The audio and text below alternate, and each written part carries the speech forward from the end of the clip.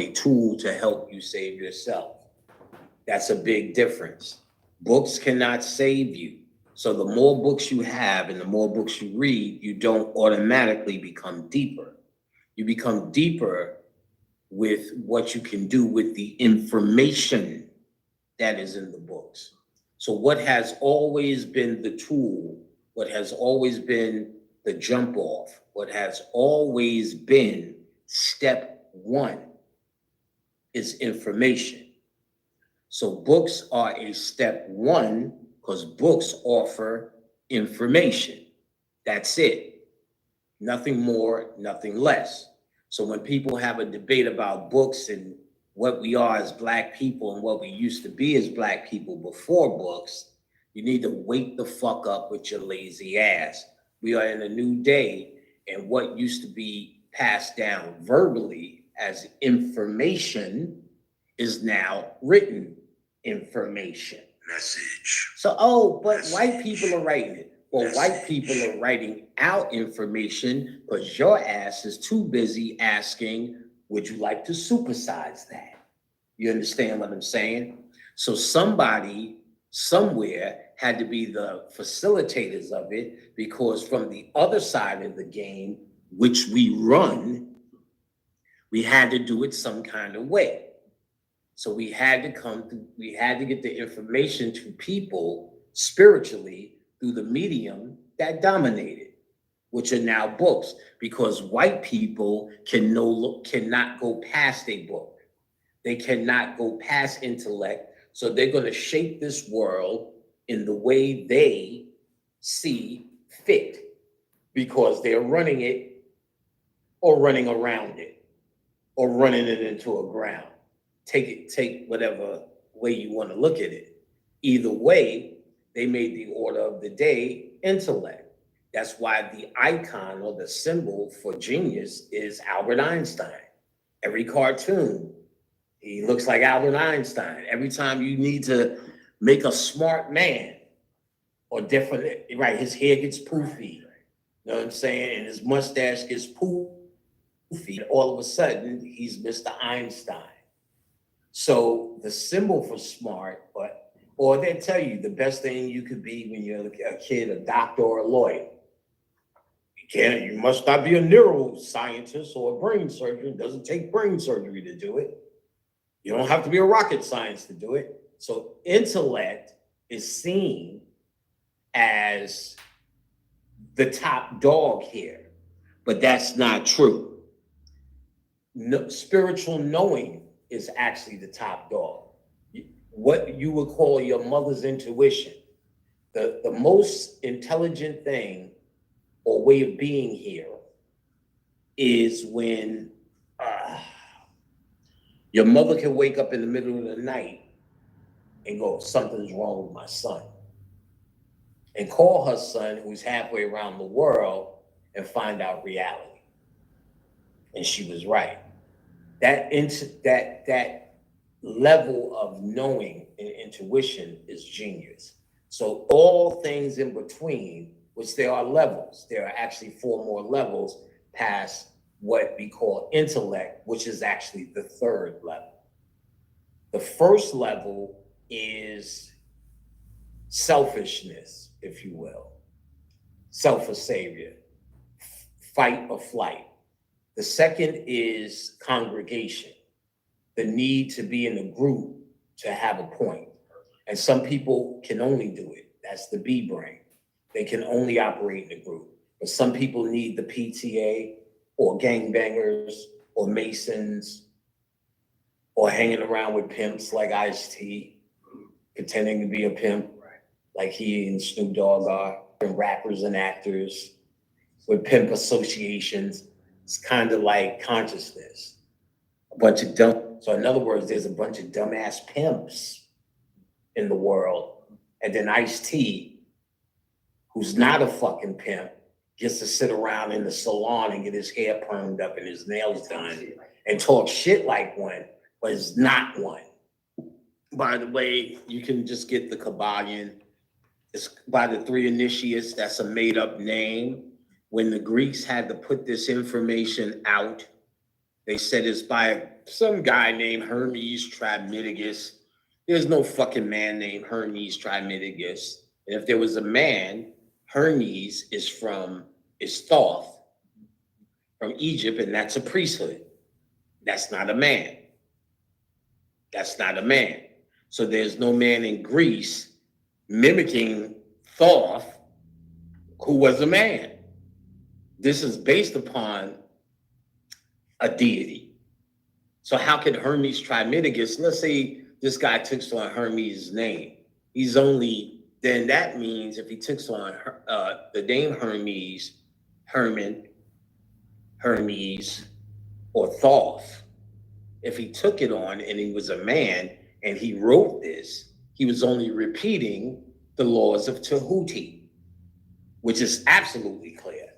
Like you see, these are the laws of Tahuti. You can see these still written. So the Kybalion is the updated name for the 7 laws of Tahuti. So let's say you want to study the Kybalion. There's no fucking way. I don't give a fuck how Egyptian you fucking keep claiming you are as you work at fucking Chick-fil-A's. Waffle fries with that, sir? You're not going to remember these 7 laws. It's not just going to come out of your DNA like that. It doesn't work like that. Once you intellectually get familiar with it, it starts the process. Then ultimately, as you study and reflect through wisdom and understanding, you start to unlock.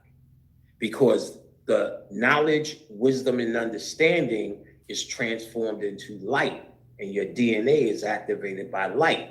At one point, you did know this, because you are from it all. So that means it sleeps in you as a light that needs to be turned on. It's in darkness. Darkness is the same thing as light, just a switched off version. So to be a dark side nigga is a nigga who's going into your own darkness to constantly turn on light. You turn on light in your DNA. So intellect, getting re-familiar with the writing. If we know it and it's all in our DNA, why did the Egyptians write any hieroglyphs down? They should have just said, let's not write any hieroglyphs. It's all in our DNA. Right, it'll wake up eventually. They'll just have to say, I'm whoever. And then, no, they wrote it down because they knew there would be a point where you would be dumbed down to just nothing but an intellectual being. You got to understand, we have devolved. The shit niggas is talking to do without books is niggas who are evolved or were evolved or more evolved than your monkey ass. So we're here for a specific reason in this specific time. You cannot pull from another time talking about you badass. You have to get reacquainted intellectually to become that badass. Otherwise, you won't become that badass. You become a bad motherfucker, finding yourself repeating everything from lectures that you heard. In fact, books can become a tool to help you save yourself. That's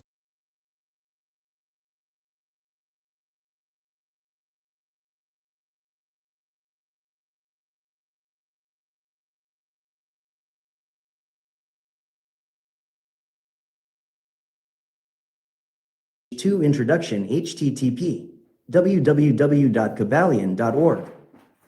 Most ancient teachings of India undoubtedly have their roots in the original Hermetic teachings. From the land of the Ganges, many advanced occultists wandered to the land of Egypt and sat at the feet of the master. From him they obtained the master key, which explained and reconciled their divergent views, and thus the secret doctrine was firmly established. From other lands also came the learned ones, all of whom regarded Hermes as the Master of masters, and his influence was so great that in spite of the many wanderings from the path on the part of the centuries of teachers in these different lands, there may still be found a certain basic resemblance and correspondence which underlies the many and often quite divergent theories entertained and taught by the occultists of these different lands today. The student of comparative religions will be able to perceive the influence of the Hermetic teachings in every religion worthy of the name, now known to man, whether it be a dead religion or one in full vigor in our own times. There is always a certain correspondence in spite of the contradictory features, and the Hermetic teachings act as the great reconciler. The lifework of Hermes seems to have been in the direction of planting the great seed truth which has grown and blossomed in so many strange forms, rather than to establish a school of philosophy which would dominate the world's thought. But nevertheless, the original truths taught by him have been kept intact in their original purity by a few men in each age, who, refusing great numbers of half-developed students and followers, followed the Hermetic custom and reserved their truth for the few who were ready to comprehend and master it. From lip to ear the truth has been handed down among the few. There have always been a few initiates in each generation, in the various lands of the earth, who kept alive the sacred flame of the Hermetic teachings, and such have always been willing to use their The Kybalion Resource Page 3 Introduction http www.kybalion.org. Lamps to relight the lesser lamps of the outside world, when the light of truth grew dim and clouded by reason of neglect, and when the wicks became clogged with foreign matter. There were always a few to tend faithfully the altar of the truth, upon which was kept alight the perpetual lamp of wisdom. These men devoted their lives to the labor of love which the poet has so well stated in his lines, "Oh, let not the flame die out. Cherished age after age in its dark cavern, in its holy temples cherished. Fed by pure ministers of love, let not the flame die out." These men have never sought popular approval, nor numbers of followers. They are indifferent to these things, for they know how few there are in each generation who are ready for the truth, or who would recognize it if it were presented to them. They reserve the strong meat for men, while others furnish the milk for babes. They reserve their pearls of wisdom for the few elect, who recognize their value and who wear them in their crowns, instead of casting them before the materialistic vulgar swine, who would trample them in the mud and mix them with their disgusting mental food. But still these men have never forgotten or overlooked the original teachings of Hermes, regarding the passing on of the words of truth to those ready to receive it, which teaching is stated in the Kybalion as follows. Where fall the footsteps of the master, the ears of those ready for his teaching open wide. And again, when the ears of the student are ready to hear, then cometh the lips to fill them with wisdom. But their customary attitude has always been strictly in accordance with the other Hermetic aphorism, also in the Kybalion, the lips of wisdom are closed, except to the ears of understanding. There are those who have criticized this attitude of the Hermetists, and who have claimed that they did not manifest the proper spirit in the Kybalion Resource Page 4 Introduction http www.kybalion.org. Their policy of seclusion and reticence.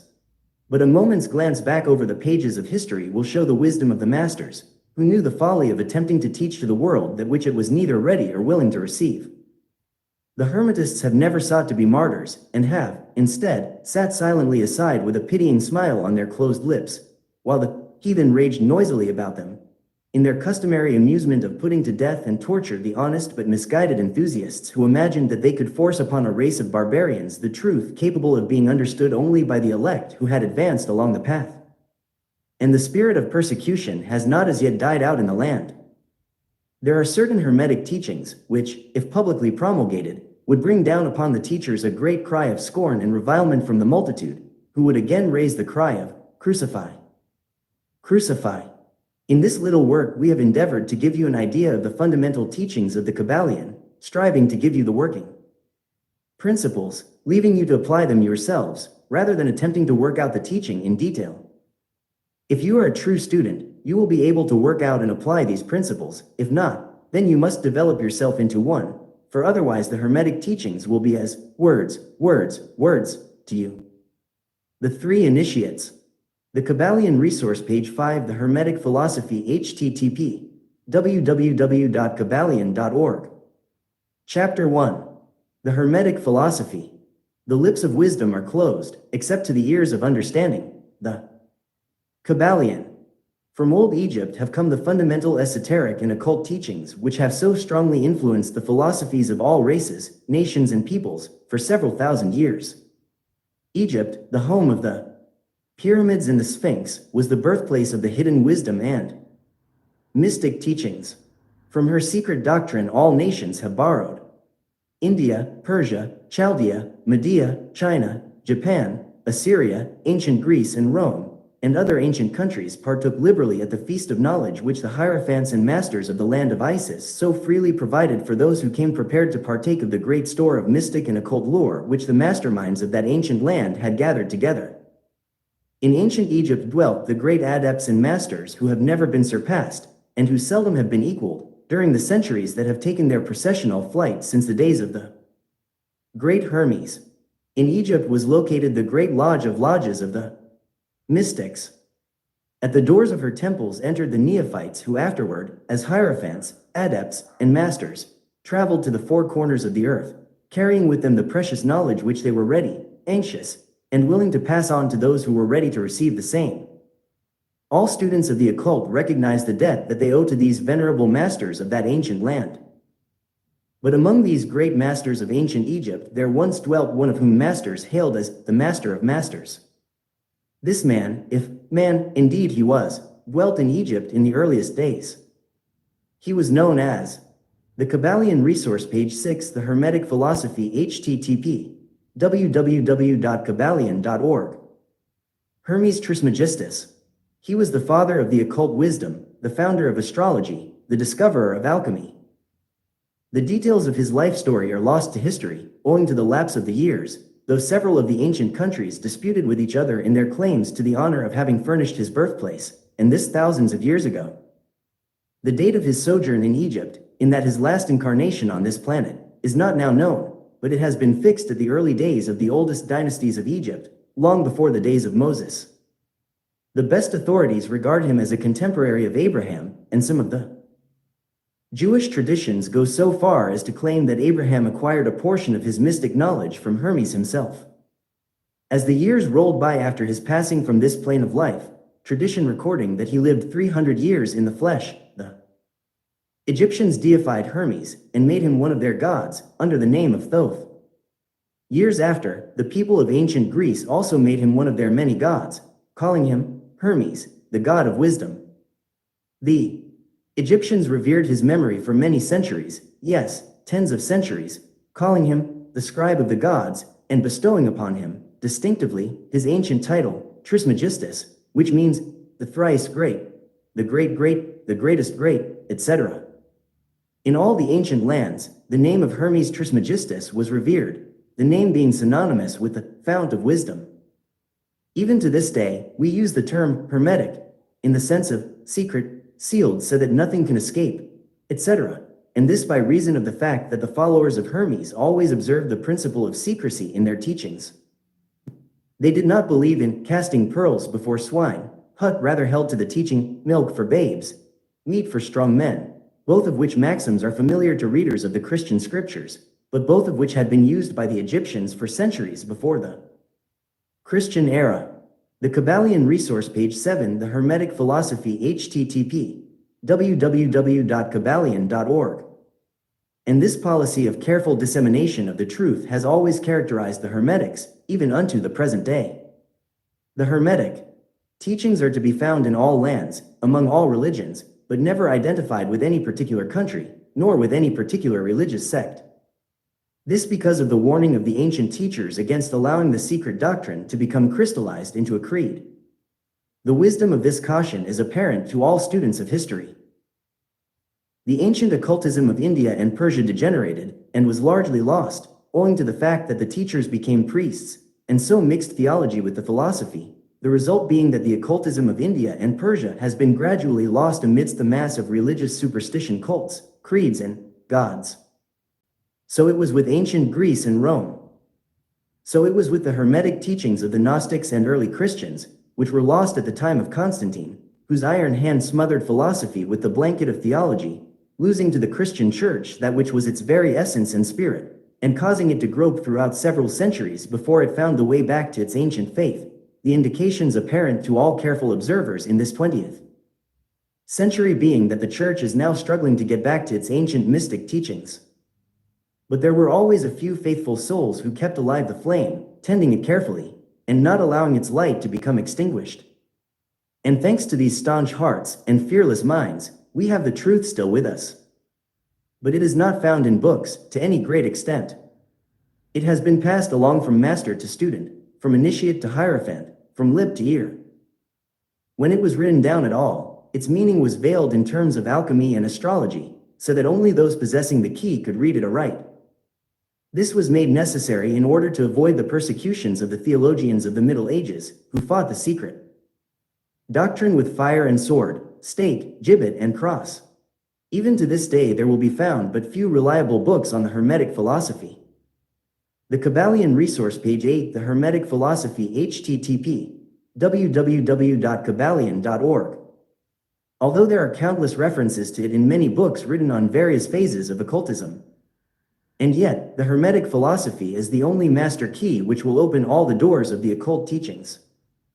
In the early days, there was a compilation of certain basic Hermetic doctrines passed on from teacher to student, which was known as the Kybalion, the exact significance and meaning of the term having been lost for several centuries. This teaching, however, is known to many to whom it has descended, from mouth to ear, on and on throughout the centuries. Its precepts have never been written down or printed, so far as we know. It was merely a collection of maxims, axioms, and precepts, which were non-understandable to outsiders, but which were readily understood by students, after the axioms, maxims, and precepts had been explained and exemplified by the Hermetic initiates to their neophytes. These teachings really constituted the basic principles of the art of Hermetic alchemy, which, contrary to the general belief, dealt in the mastery of mental forces rather than material elements, the transmutation of one kind of mental vibrations into others, instead of the changing of one kind of metal into another. The legends of the philosopher's stone, which would turn base metal into gold, was an allegory relating to Hermetic philosophy, readily understood by all students of true Hermeticism. In this little book, of which this is the first lesson, we invite our students to examine into the Hermetic teachings, as set forth in the Kybalion and as explained by ourselves, humble students of the teachings, who, while bearing the title of initiates, are still students at the feet of Hermes, the Master. We herein give you many of the maxims, axioms and precepts of the Kybalion, accompanied by explanations and illustrations which we deem likely to render the teachings more easily comprehended by the modern student, particularly as the original text is purposely veiled in obscure terms. The Kybalion resource, page 9, the Hermetic philosophy, http www.kybalion.org. The original maxims, axioms, and precepts of the Kybalion are printed herein, in quotation marks, the proper credit being given. Our own work is printed in the regular way, in the body of the work. We trust that the many students to whom we now offer this little work will derive as much benefit from the study of its pages as have the many who have gone on before, treading the same path to mastery throughout the centuries that have passed since the times of Hermes Trismegistus, the master of masters, the great in the words of the Kybalion. Where fall the footsteps of the master, the ears of those ready for his teaching open wide, the Kybalion. When the ears of the student are ready to hear, then cometh lips to fill them with wisdom, the Kybalion. So that according to the teachings, the passage of this book to those ready for the instruction will attract the attention of such as are prepared to receive the teaching. And, likewise, when the pupil is ready to receive the truth, then will this little book come to him or her. Such is the law, the Hermetic principle of cause and effect, in its aspect of the law of attraction, will bring lips and ear together, pupil and book in company. So mote it be. The Kybalion resource, page 10, the 7 Hermetic principles, http www.kybalion.org. Chapter 2. The 7 Hermetic principles. The principles of truth are 7. He who knows these, understandingly, possesses the magic key before whose touch all the doors of the temple fly open. The Kybalion. The 7 Hermetic principles, upon which the entire Hermetic philosophy is based, are as follows. I. The principle of mentalism. 2. The principle of correspondence. 3. The principle of vibration. IV. The principle of polarity. V. The principle of rhythm. V. The principle of cause and effect. 7. The principle of gender. These 7 principles will be discussed and explained as we proceed with these lessons. A short explanation of each, however, may as well be given at this point. I. The principle of mentalism. The all is mind, the universe is mental, the Kybalion. This principle embodies the truth that all is mind. It explains that the all, which is the substantial reality underlying all the outward manifestations and appearances which we know under the terms of the material universe, the phenomena of life, matter, energy, and, in short, all that is apparent to our material senses, is spirit, which in itself is unknowable and undefinable, but which may be considered and thought of as an universal, infinite, living mind. The Kybalion resource page 11. The 7 Hermetic Principles. http www.kybalion.org.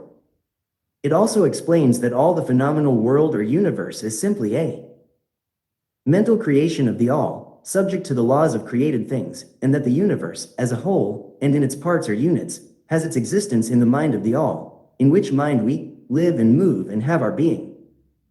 This principle, by establishing the mental nature of the universe, easily explains all of the varied mental and psychic phenomena that occupy such a large portion of the public attention, and which, without such explanation, are non-understandable and defy scientific treatment. An understanding of this great Hermetic principle of mentalism enables the individual to readily grasp the laws of the mental universe, and to apply the same to his well-being and advancement. The Hermetic student is enabled to apply intelligently the great mental laws, instead of using them in a haphazard manner. With Tire Master Key in his possession, the student may unlock the many doors of the mental and psychic temple of knowledge, and enter the same freely and intelligently. This principle explains the true nature of energy, power, and matter, and why and how all these are subordinate to the mastery of mind. One of the old Hermetic masters wrote, long ages ago, "He who grasps the truth of the mental nature of the universe is well advanced on the path to mastery." And these words are as true today as at the time they were first written. Without this master key, mastery is impossible, and the student knocks in vain at the many doors of the temple. 2. The principle of correspondence. As above, so below, as below, so above, the Kybalion. This principle embodies the truth that there is always a correspondence between the laws and phenomena of the various planes of being and life. The old Hermetic axiom ran in these words, as above, so below, as below, so above. And the grasping of this principle gives one the means of solving many a dark paradox and hidden secret of nature. The Kybalion resource page 12. The 7 Hermetic Principles. http www.kybalion.org. There are planes beyond our knowing, but when we apply the principle of correspondence to them, we are able to understand much that would otherwise be unknowable to us. This principle is of universal application and manifestation on the various planes of the material, mental, and spiritual universe. It is an universal law. The ancient Hermetists considered this principle as one of the most important mental instruments by which man was able to pry aside the obstacles which hid from view the unknown. Its use even tore aside the veil of Isis to the extent that a glimpse of the face of the goddess might be caught. Just as a knowledge of the principles of geometry enables man to measure distant suns and their movements, while seated in his observatory, so a knowledge of the principle of correspondence enables man to reason intelligently from the known to the unknown. Studying the monad, he understands the archangel. 3. The principle of vibration.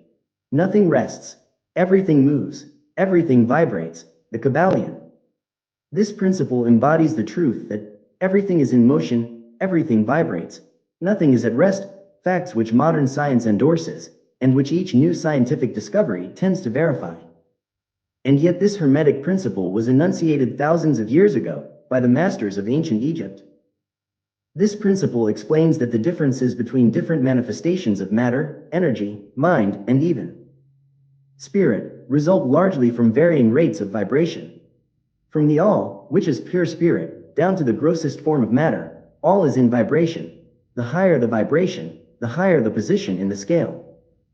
The vibration of spirit is at such an infinite rate of intensity and rapidity that it is practically at rest, just as a rapidly moving wheel seems to be motionless. And at the other end of the scale, there are gross forms of matter whose vibrations are so low as to seem at rest. Between these, the Kybalion resource page 13, the 7 Hermetic Principles, http www.kybalion.org.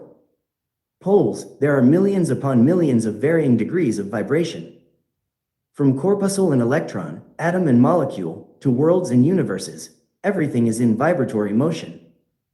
This is also true on the planes of energy and force, which are but varying degrees of vibration, and also on the mental planes, whose states depend upon vibrations, and even on to the spiritual planes. An understanding of this principle, with the appropriate formulas, enables Hermetic students to control their own mental vibrations as well as those of others. The masters also apply this principle to the conquering of natural phenomena in various ways. He who understands the principle of vibration has grasped the scepter of power, says one of the old writers. IV. The principle of polarity. Everything is dual. Everything has poles. Everything has its pair of opposites.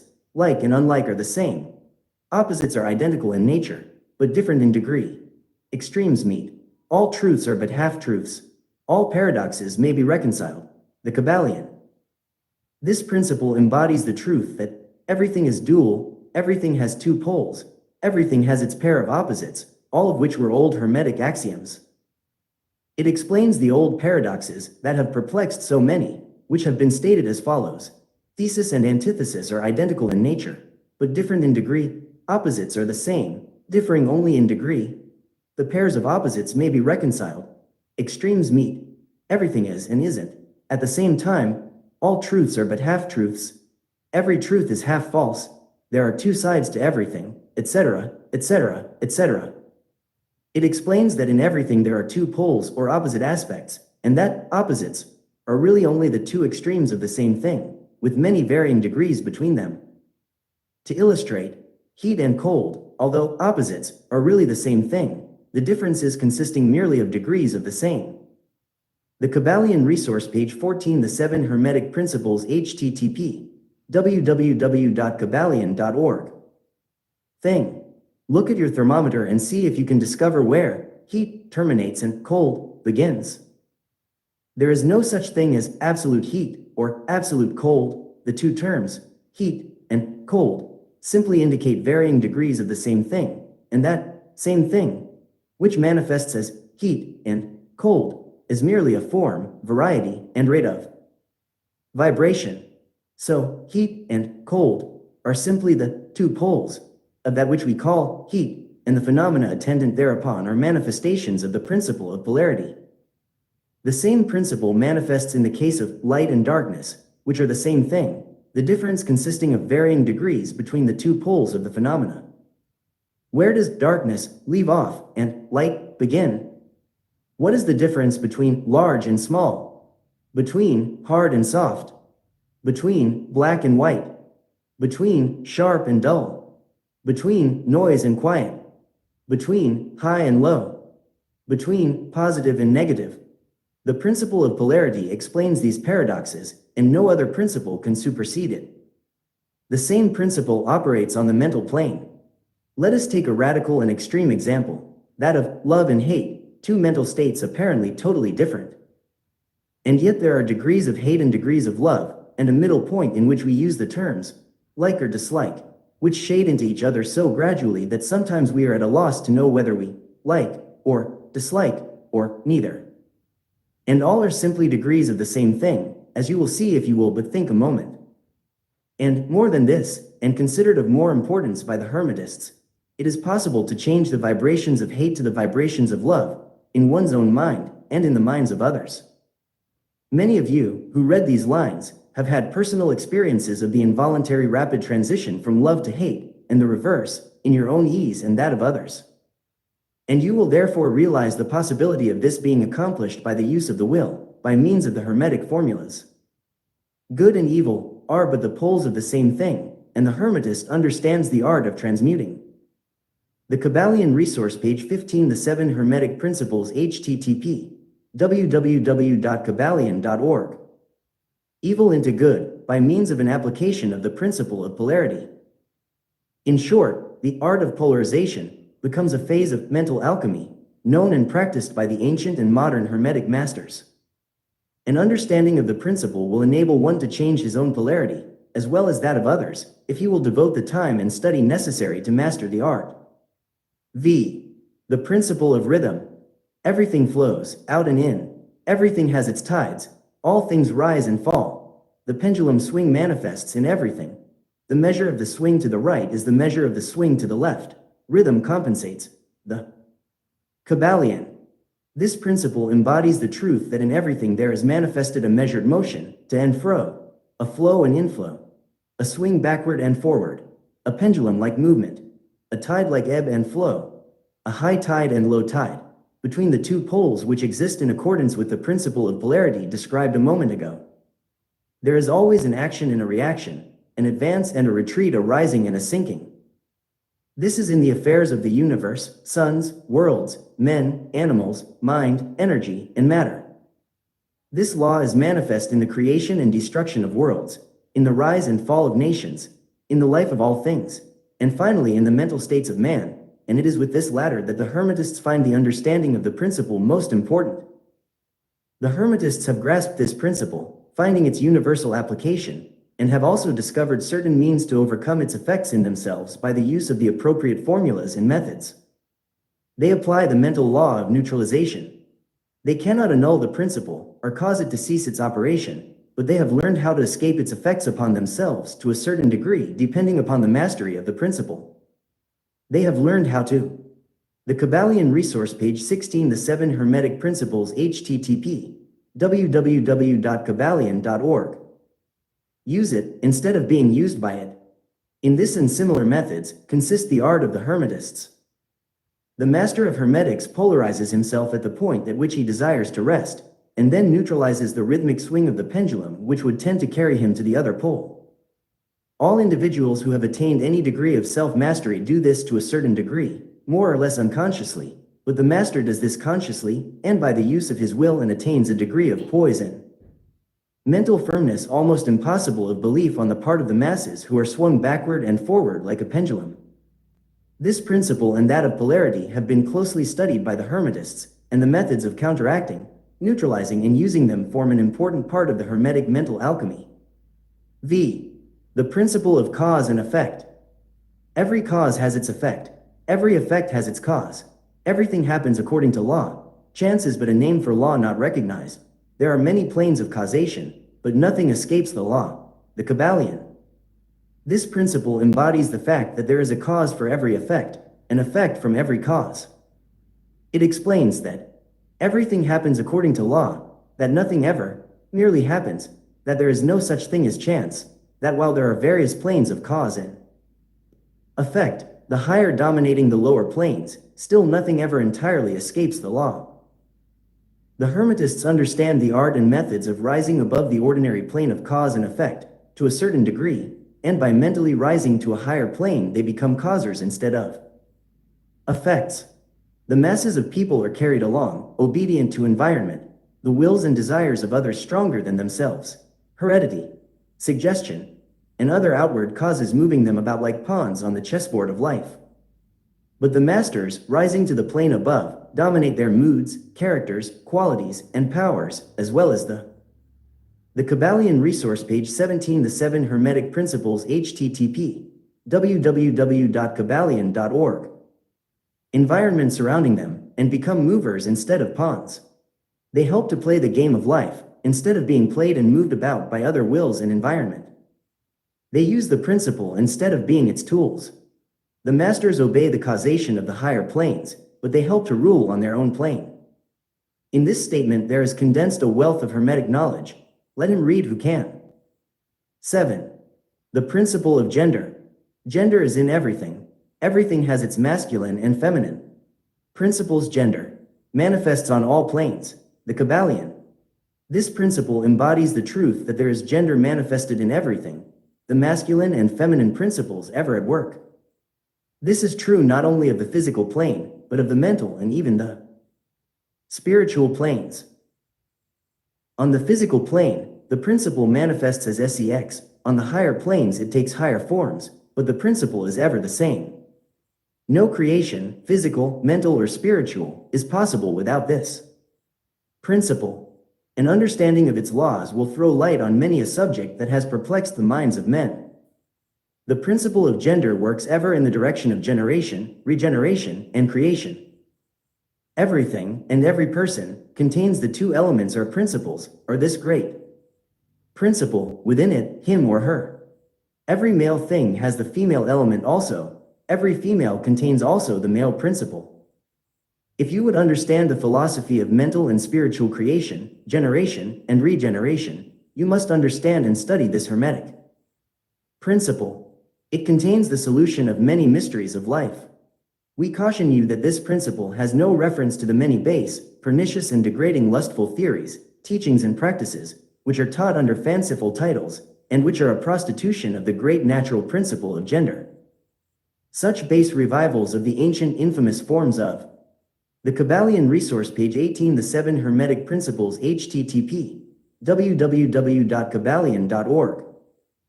Phallicism tend to ruin mind, body and soul, and the hermetic philosophy has ever sounded the warning note against these degraded teachings which tend toward lust, licentiousness, and perversion of nature's principles. If you seek such teachings, you must go elsewhere for them. Hermeticism contains nothing for you along these lines. To the pure, all things are pure. To the base, all things are base. The Kybalion resource page 19 Mental Transmutation http www.kybalion.org. Chapter 3. Mental Transmutation. Mind, as well as metals and elements, may be transmuted from state to state, degree to degree, condition to condition, pole to pole, vibration to vibration. True hermetic transmutation is a mental art, the Kybalion. As we have stated, the Hermetists were the original alchemists, astrologers, and psychologists, Hermes having been the founder of these schools of thought.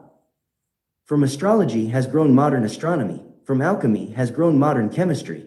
From the mystic psychology has grown the modern psychology of the schools. But it must not be supposed that the ancients were ignorant of that which the modern schools suppose to be their exclusive and special property. The records engraved on the stones of ancient Egypt show conclusively that the ancients had a full comprehensive knowledge of astronomy, the very building of the pyramids showing the connection between their design and the study of astronomical science. Nor were they ignorant of chemistry, for the fragments of the ancient writings show that they were acquainted with the chemical properties of things. In fact, the ancient theories regarding physics are being slowly verified by the latest discoveries of modern science, notably those relating to the constitution of matter. Nor must it be supposed that they were ignorant of the so-called modern discoveries in psychology. On the contrary, the Egyptians were especially skilled in the science of psychology, particularly in the branches that the modern schools ignore, but which, nevertheless, are being uncovered under the name of psychic science, which is perplexing the psychologists of today, and making them reluctantly admit that there may be something in it after all.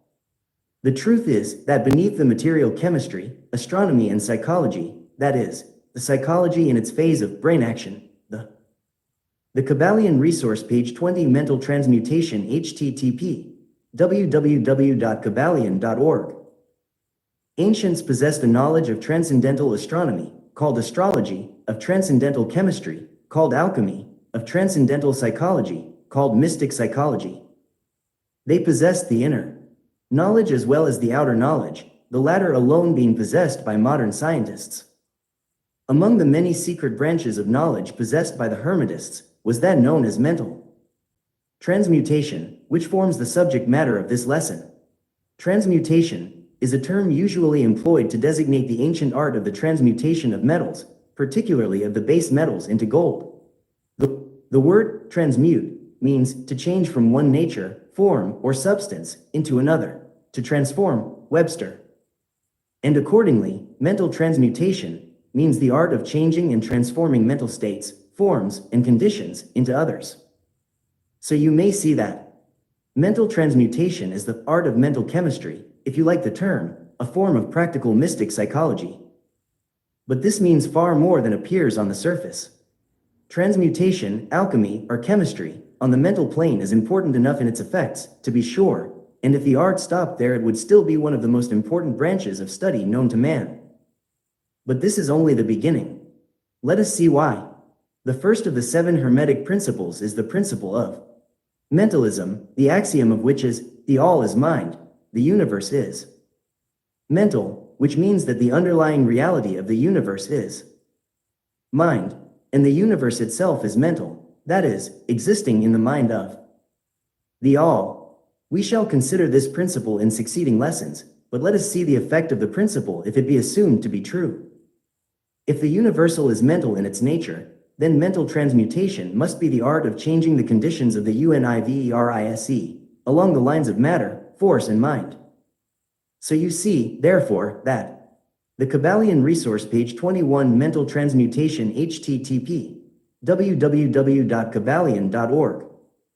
Mental transmutation is really the magic of which the ancient writers had so much to say in their mystical works, and about which they gave so few practical instructions. If all be mental, then the art which enables one to transmute mental conditions must render the master the controller of material conditions as well as those ordinarily called mental. As a matter of fact, none but advanced mental alchemists have been able to attain the degree of power necessary to control the grosser physical conditions, such as the control of the elements of nature, the production or cessation of tempests, the production and cessation of earthquakes and other great physical phenomena. But that such men have existed, and do exist today, is a matter of earnest belief to all advanced occultists of all schools. That the masters exist, and have these powers, the best teachers assure their students, having had experiences which justify them in such belief and statements. These masters do not make public exhibitions of their powers, but seek seclusion from the crowds of men, in order to better work their way along the path of attainment.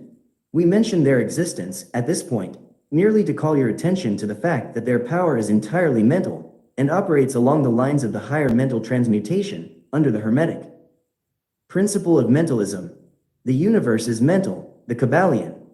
But students and Hermetists of lesser degree than masters, the initiates and teachers, are able to freely work along the mental plane, in mental transmutation. In fact, all that we call psychic phenomena, mental influence, mental science, new thought phenomena, etc., operates along the same general lines, for there is but one principle involved, no matter by what name the phenomena be called. The student and practitioner of mental transmutation works among the mental plane, transmuting mental conditions, states, etc., into the Kybalion resource, page 22, mental transmutation, http www.kybalion.org. Others, according to various formulas, more or less efficacious. The various treatments, affirmations, denials, etc., of the schools of mental science are but formulas, often quite imperfect and unscientific, of the Hermetic art. The majority of modern practitioners are quite ignorant compared to the ancient masters, for they lack the fundamental knowledge upon which the work is based. Not only may the mental states, etc., of one's self be changed or transmuted by Hermetic methods, but also the states of others may be, and are, constantly transmuted in the same way, usually unconsciously, but often consciously by some understanding the laws and principles, in cases where the people affected are not informed of the principles of self-protection. And more than this, as many students and practitioners of modern mental science know, every material condition depending upon the minds of other people may be changed or transmuted in accordance with the earnest desire, will, and treatments of person desiring changed conditions of life. The public are so generally informed regarding these things at present, that we do not deem it necessary to mention the same at length, our purpose at this point being merely to show the Hermetic principle and art underlying all of these various forms of practice, good and evil, for the force can be used in opposite directions according to the Hermetic principles of polarity. In this little hook we shall state the basic principles of mental transmutation, that all who read may grasp the underlying principles, and thus possess the master key that will unlock the many doors of the principle of polarity. We shall now proceed to a consideration of the first of the Hermetic 7 principles, the principle of mentalism, in which is explained the truth that the all is mind, the universe is mental, in the words of the Kybalion. We ask the close attention and careful study of this great the Kybalion resource, page 23, mental transmutation, http www.kybalion.org. principle on the part of our students, for it is really the basic principle of the whole Hermetic philosophy and of the Hermetic art of mental transmutation. The Kybalion resource, page 24, the all http www.kybalion.org. Chapter 4. The all, under, and back of, the universe of time, space and change, is ever to be found the substantial reality, the fundamental truth, the Kybalion. Substance means that which underlies all outward manifestations, the essence, the essential reality, the thing in itself, etc. Substantial means actually existing, being the essential element, being real, etc. Reality means the state of being real, true, enduring, valid, fixed, permanent, actual, etc. Under and behind all outward appearances or manifestations, there must always be a substantial reality. This is the law. Man, considering the universe, of which he is a unit, sees nothing but change in matter, forces, and mental states. He sees that nothing really is, but that everything is becoming and changing. Nothing stands still. Everything is being born, growing, dying. The very instant a thing reaches its height, it begins to decline. The law of rhythm is in constant operation. There is no reality, enduring quality, fixity, or substantiality in anything. Nothing is permanent but change. He sees all things evolving from other things, and resolving into other things, a constant action and reaction, inflow and outflow, building up and tearing down, creation and destruction, birth, growth and death. Nothing endures but change. And if he be a thinking man, he realizes that all of these changing things must be but outward appearances or manifestations of some underlying power, some substantial reality. All thinkers, in all lands and in all times, have assumed the necessity for postulating the existence of this substantial reality. All philosophies worthy of the name have been based upon this thought. Men have given to this substantial reality many names. Some have called it by the Kybalion resource, page 25, the all http www.kybalion.org. Term of deity, under many titles. Others have called it the infinite and eternal energy. Others have tried to call it matter, but all have acknowledged its existence. It is self-evident. It needs no argument. In these lessons, we have followed the example of some of the world's greatest thinkers, both ancient and modern, the Hermetic masters, and have called this underlying power, this substantial reality, by the Hermetic name of the All, which term we consider the most comprehensive of the many terms applied by man to that which transcends names and terms. We accept and teach the view of the great Hermetic thinkers of all times, as well as of those illumined souls who have reached higher planes of being, both of whom assert that the inner nature of the All is unknowable. This must be so, for not by the All itself can comprehend its own nature and being. The Hermetists believe and teach that the All, in itself, is and must ever be unknowable. They regard all the theories, guesses and speculations of the theologians and metaphysicians regarding the inner nature of the All, as but the childish efforts of mortal minds to grasp the secret of the infinite. Such efforts have always failed and will always fail, from the very nature of the task. One pursuing such inquiries travels around and around in the labyrinth of thought, until he is lost to all sane reasoning, action or conduct, and is utterly unfitted for the work of life. He is like the squirrel which frantically runs around and around the circling treadmill wheel of his cage, traveling ever and yet reaching nowhere, at the end a prisoner still, and standing just where he started. And still more presumptuous are those who attempt to ascribe to the All the personality, qualities, properties, characteristics and attributes of themselves, ascribing to the All the human emotions. The Kybalion resource, page 26, the all http www.kybalion.org. Feelings and characteristics, even down to the pettiest qualities of mankind, such as jealousy, susceptibility to flattery and praise, desire for offerings and worship, and all the other survivals from the days of the childhood of the race. Such ideas are not worthy of grown men and women, and are rapidly being discarded. At this point, it may be proper for me to state that we make a distinction between religion and theology, between philosophy and metaphysics.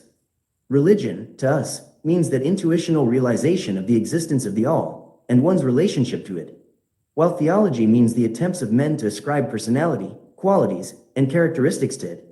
their theories regarding its affairs, will, desires, plans, and designs, and their assumption of the office of middlemen between the all and the people.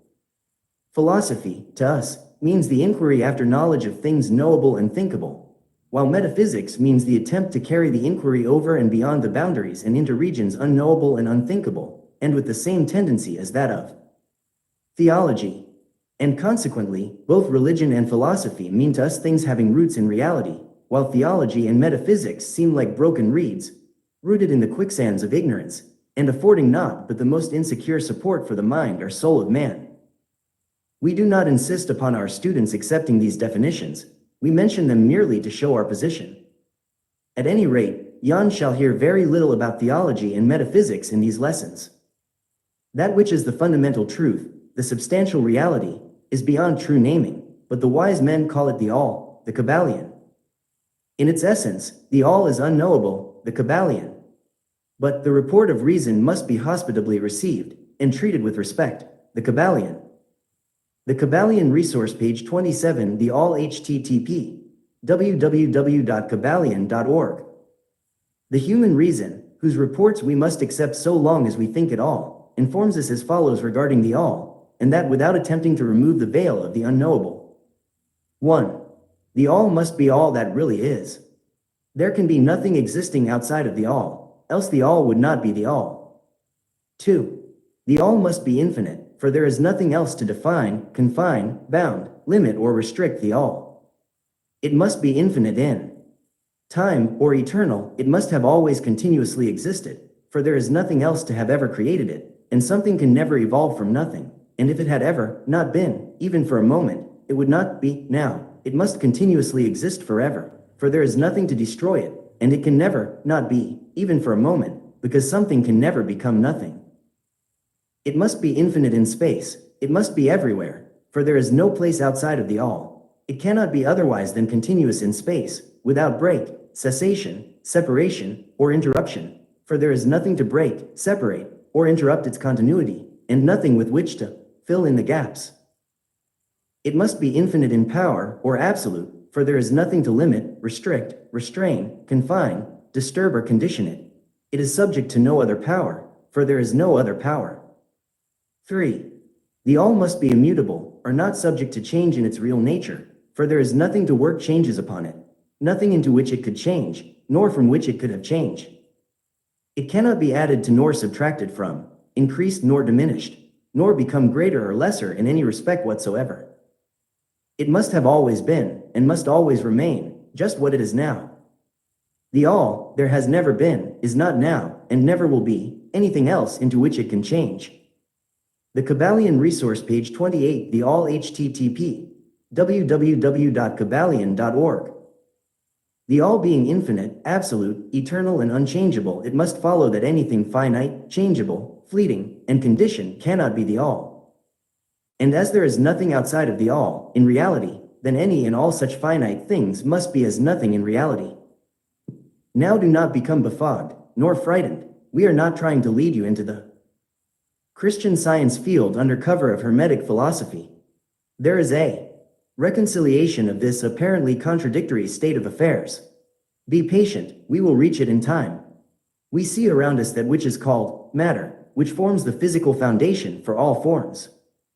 Is the all merely matter? Not at all. Matter cannot manifest life or mind, and as life and mind are manifested in the universe, the all cannot be matter, for nothing rises higher than its own source. Nothing is ever manifested in an effect that is not in the cause. Nothing is evolved as a consequent that is not involved as an antecedent. And then modern science informs us that there is really no such thing as matter, that what we call matter is merely interrupted energy or force, that is, energy or force at a low rate of vibration. As a recent writer has said, matter has melted into mystery. Even material science has abandoned the theory of matter, and now rests on the basis of energy. Then is the all mere energy or force? Not energy or force as the materialists use the terms, for their energy and force are blind, mechanical things, devoid of life or mind. Life and mind can never evolve from blind energy or force, for the reason given a moment ago. Nothing can rise higher than its source. Nothing is evolved unless it is involved. Nothing manifests in the effect, unless it is in the cause.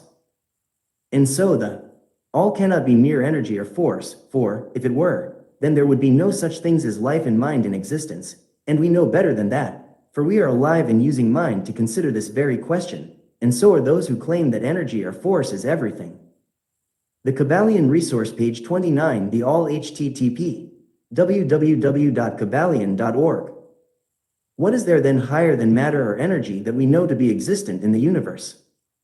Life and mind in all their varying degrees of unfoldment. Then, you ask, do you mean to tell us that the all is life and mind? Yes. And no, is our answer. If you mean life and mind as we poor petty mortals know them, we say no. The all is not that. But what kind of life and mind do you mean? You ask. The answer is, living mind, as far above that which mortals know by those words, as life and mind are higher than mechanical forces, or matter, infinite living mind as compared to finite life and mind. We mean that which the illumined souls mean when they reverently pronounce the word, spirit.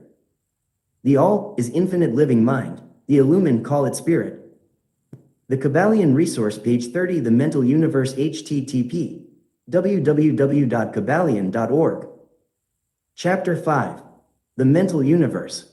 The universe is mental, held in the mind of the all, the Kybalion. The all is spirit. But what is spirit? This question cannot be answered, for the reason that its definition is practically that of the all, which cannot be explained or defined. Spirit is simply a name that men give to the highest conception of infinite living mind. It means the real essence, it means living mind, as much superior to life and mind as we know them, as the latter are superior to mechanical energy and matter. Spirit transcends our understanding, and we use the term merely that we may think or speak of the all. For the purposes of thought and understanding, we are justified in thinking of spirit as infinite living mind, at the same time acknowledging that we cannot fully understand it. We must either do this or stop thinking of the matter at all. Let us now proceed to a consideration of the nature of the universe, as a whole and in its parts. What is the universe? We have seen that there can be nothing outside of the all. Then is the universe the all? No, this cannot be, because the universe seems to be made up of many, and is constantly changing, and in other ways it does not measure up to the ideas that we are compelled to accept regarding the all, as stated in our last lesson. Then if the universe be not the all, then it must be nothing, such as the inevitable conclusion of the mind at first thought. But this will not satisfy the question, for we are sensible of the existence of the universe. Then if the universe is neither the all, nor nothing, what can it be? Let us examine this question. If the universe exists at all, or seems to exist, it must proceed in some way from the all. It must be a creation of the all. But as the Kybalion resource page 31, the mental universe http www.kybalion.org. Something can never come from nothing. From what could the all have created it? Some philosophers have answered this question by saying that the all created the universe from itself, that is, from the being and substance of the all. But this will not do, for the all cannot be subtracted from, nor divided, as we have seen, and then again, if this be so, would not each particle in the universe be aware of its being?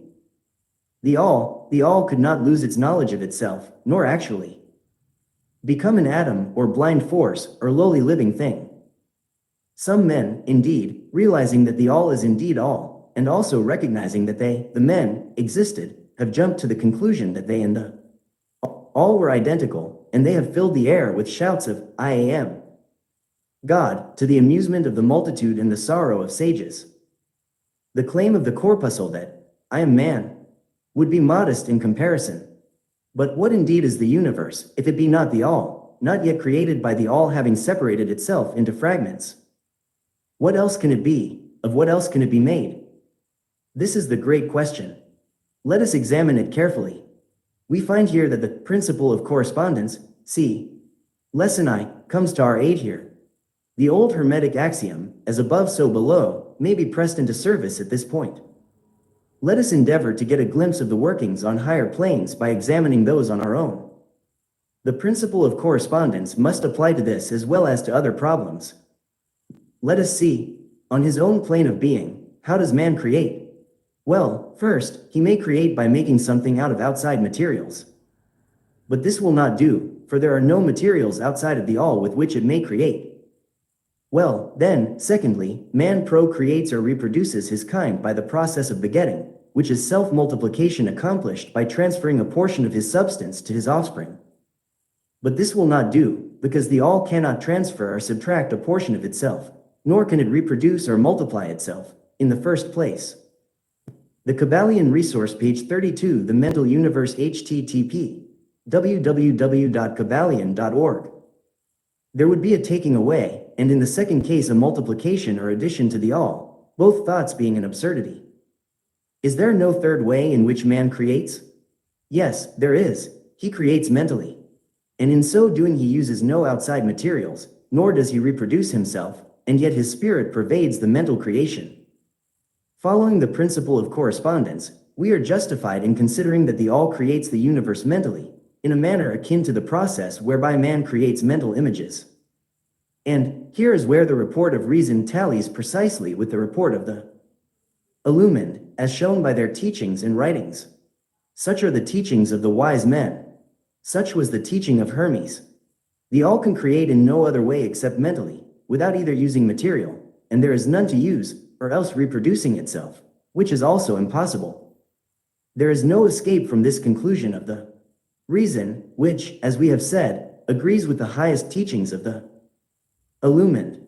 Just as you, student, may create a universe of your own in your mentality, so does the all create universes in its own mentality.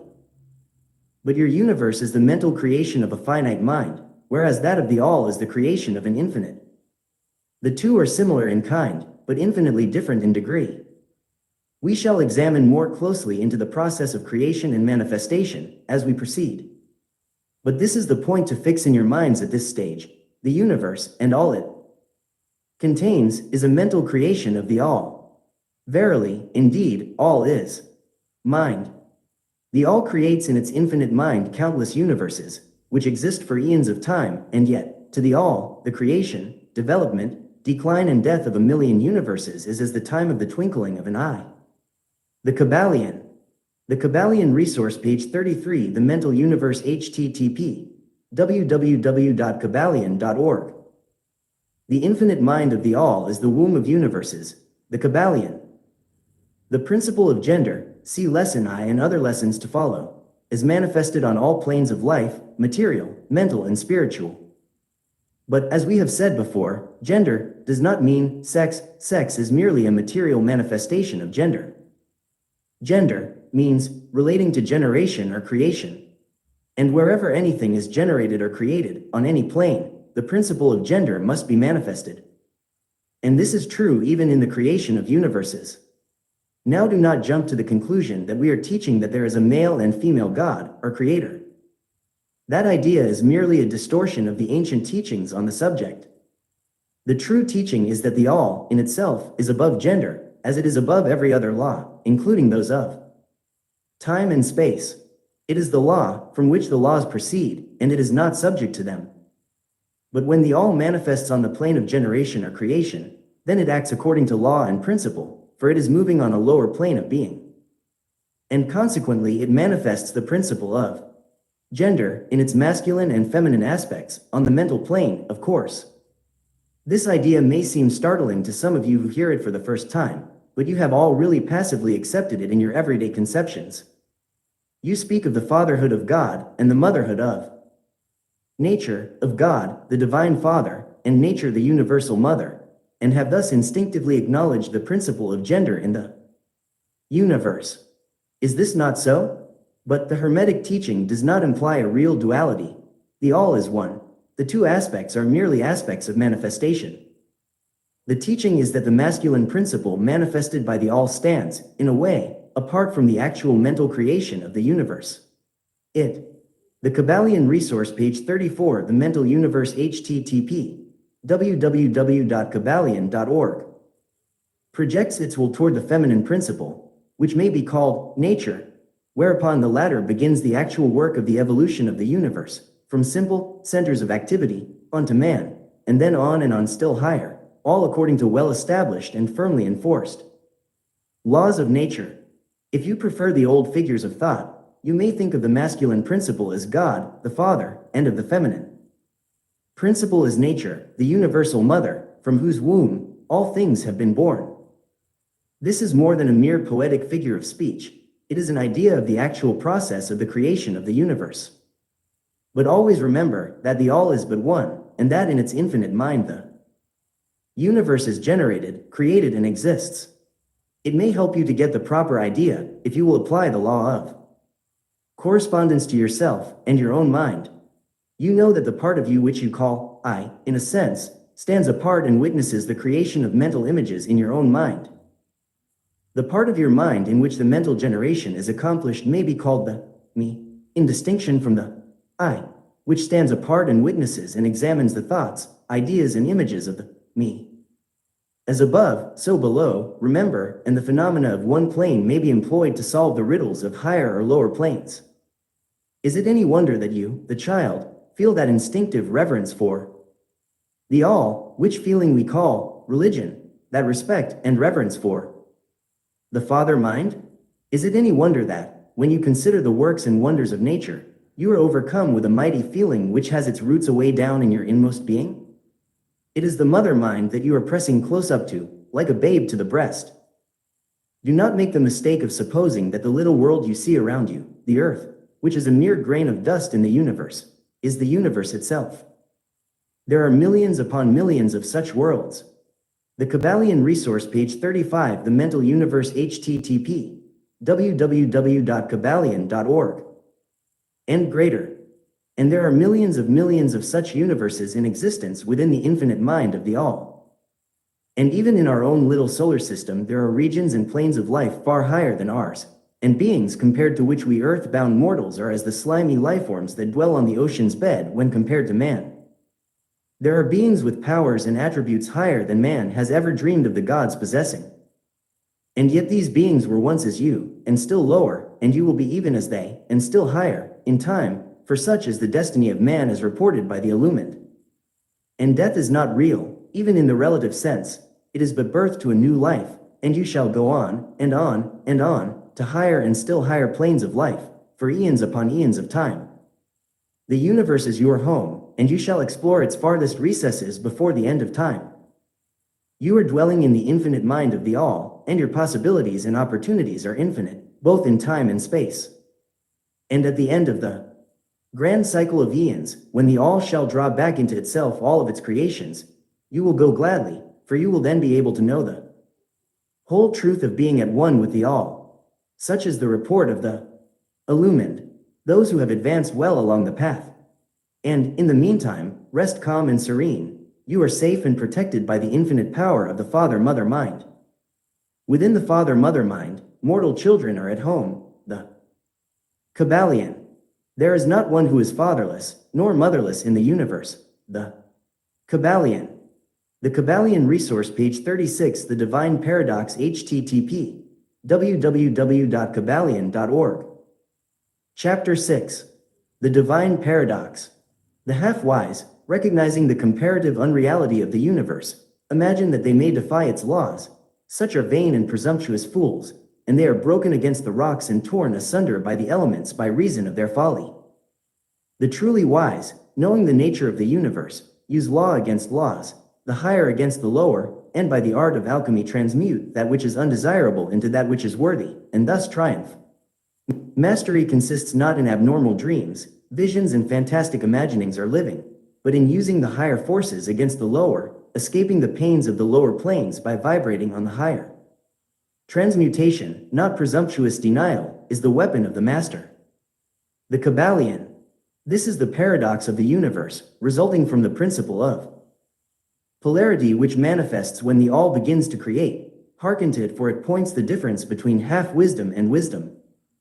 While to the infinite all, the universe, its laws, its powers, its life, its phenomena, are as things witnessed in the state of meditation or dream, yet to all that is finite, the universe must be treated as real, and life, and action, and thought, must be based thereupon, accordingly, although with an ever understanding of the higher truth. Each according to its own plane and laws. Were the all to imagine that the universe were indeed reality, then woe to the universe, for there would be then no escape from lower to higher, divine ward, then would the universe become a fixity and progress would become impossible. And if man, owing to half-wisdom, acts and lives and thinks of the universe as merely a dream, akin to his own finite dreams, then indeed does it so become for him, and like a sleepwalker he stumbles ever around and around in a circle, making no progress, and being forced into an. The Kybalion resource, page 37, The Divine Paradox, http www.kybalion.org. Awakening at last by his falling bruised and bleeding over the natural laws which he ignored.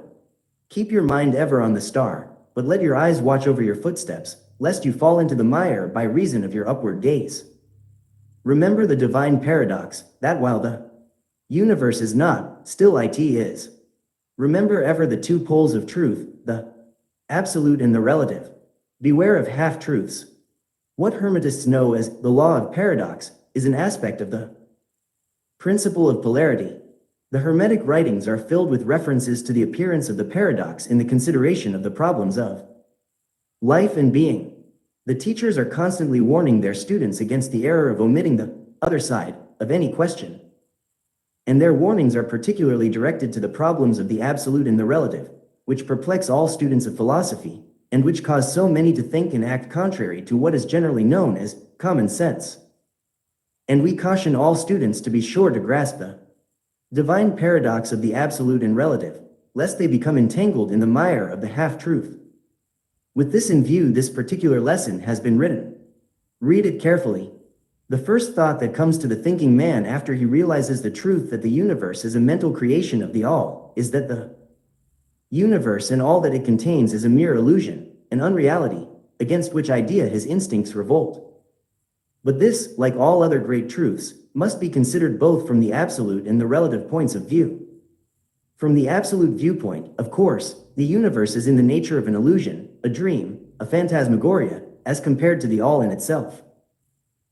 We recognize this even in our ordinary view, for we speak of the world as a fleeting show that comes and goes, is born and dies, for the element of impermanence and change, finiteness and unsubstantiality, must ever be connected with the idea of a created universe when it is contrasted with the idea of the all, no matter what may be our beliefs.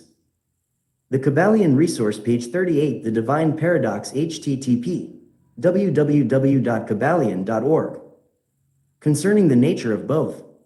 Philosopher, metaphysician, scientist, and theologian all agree upon this idea, and the thought is found in all forms of philosophical thought and religious conceptions, as well as in the theories of the respective schools of metaphysics and theology. So, the Hermetic teachings do not preach the unsubstantiality of the universe in any stronger terms than those more familiar to you, although their presentation of the subject may seem somewhat more startling. Anything that has a beginning and an ending must be, in a sense, unreal and untrue, and the universe comes under the rule in all schools of thought. From the absolute point of view, there is nothing real except the all, no matter what terms we may use in thinking of or discussing the subject. Whether the universe be created of matter, or whether it be a mental creation in the mind of the all, it is unsubstantial, non-enduring, a thing of time, space, and change. We want you to realize this fact thoroughly before you pass judgment on the Hermetic conception of the mental nature of the universe. Think over any and all of the other conceptions and see whether this be not true of them. But the absolute point of view shows merely one side of the picture. The other side is the relative one. Absolute truth has been defined as things as the mind of God knows them, while relative truth is things as the highest reason of man understands them.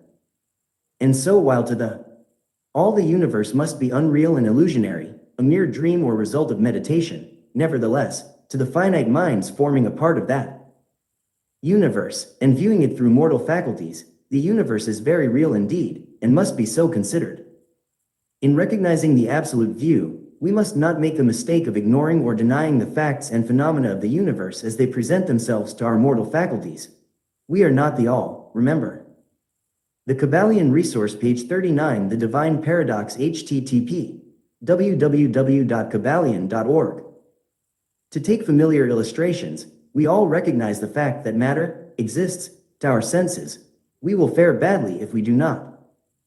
And yet, even our finite minds understand the scientific dictum that there is no such thing as matter from a scientific point of view. That which we call matter is held to be merely an aggregation of atoms, which atoms themselves are merely a grouping of units of force, called electrons or ions, vibrating and in constant circular motion. We kick a stone and we feel the impact. It seems to be real, notwithstanding that we know it to be merely what we have stated above. But remember that our foot, which feels the impact by means of our brains, is likewise matter, so constituted of electrons, and for that matter so are our brains. And, at the best, if it were not by reason of our mind, we would not know the foot or stone at all. Then again, the ideal of the artist or sculptor, which he is endeavoring to reproduce in stone or on canvas, seems very real to him. So do the characters in the mind of the author or dramatist, which he seeks to express so that others may recognize them. And if this be true in the case of our finite minds, what must be the degree of reality in the mental images created in the mind of the infinite? Oh, friends, to mortals this universe of mentality is very real indeed.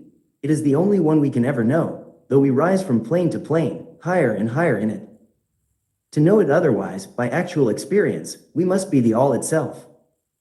It is true that the higher we rise in the scale, the nearer to the mind of the Father we reach, the more apparent becomes the illusory nature of finite things, but not until the all finally withdraws us into itself does the vision actually vanish.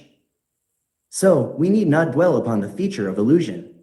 Rather let us, recognizing the real nature of the universe, seek to understand its mental laws, and endeavor to use them to the best effect in our upward progress through life, as we travel from plane to plane of being.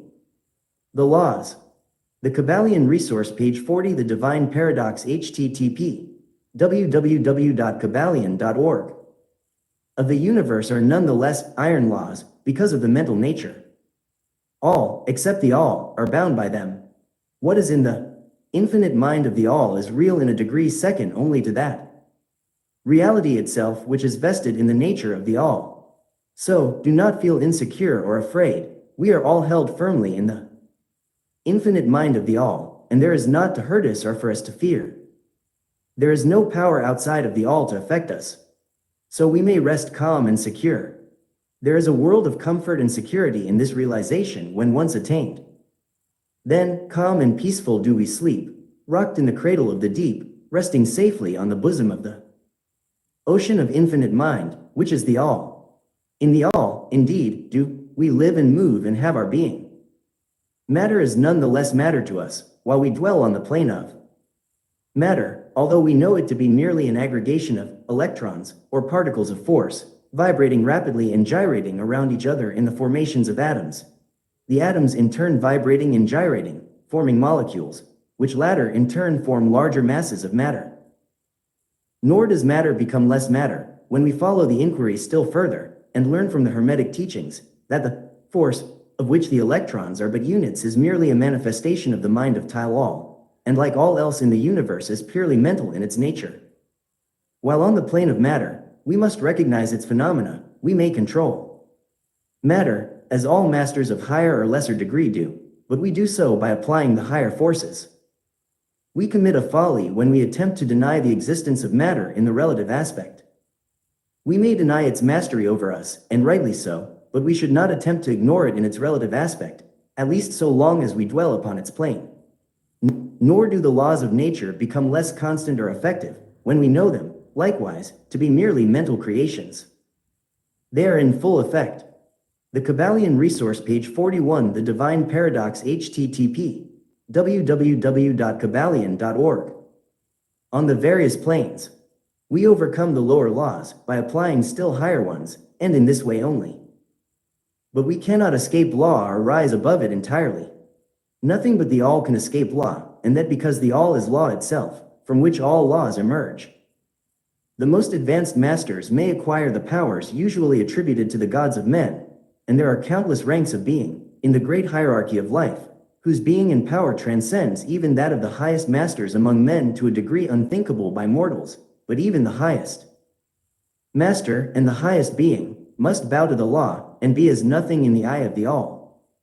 So that if even these highest beings, whose powers exceed even those attributed by men to their gods, if even these are bound by and are subservient to law, then imagine the presumption of mortal man, of our race and grade when he dares to consider the laws of nature as unreal, visionary, and illusory, because he happens to be able to grasp the truth that the laws are mental in nature, and simply mental creations of the all. Those laws which the all intends to be governing laws are not to be defied or argued away. So long as the universe endures, will they endure, for the universe exists by virtue of these laws which form its framework and which hold it together.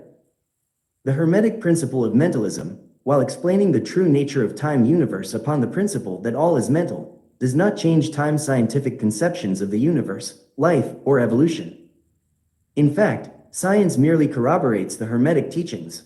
The latter merely teaches that the nature of the universe is mental, while modern science has taught that it is material, or, of late, that it is energy, at the last analysis. The Hermetic teachings have no fault to find with Herbert Spencer's basic principle, which postulates the existence of an infinite and eternal energy, from which all things proceed.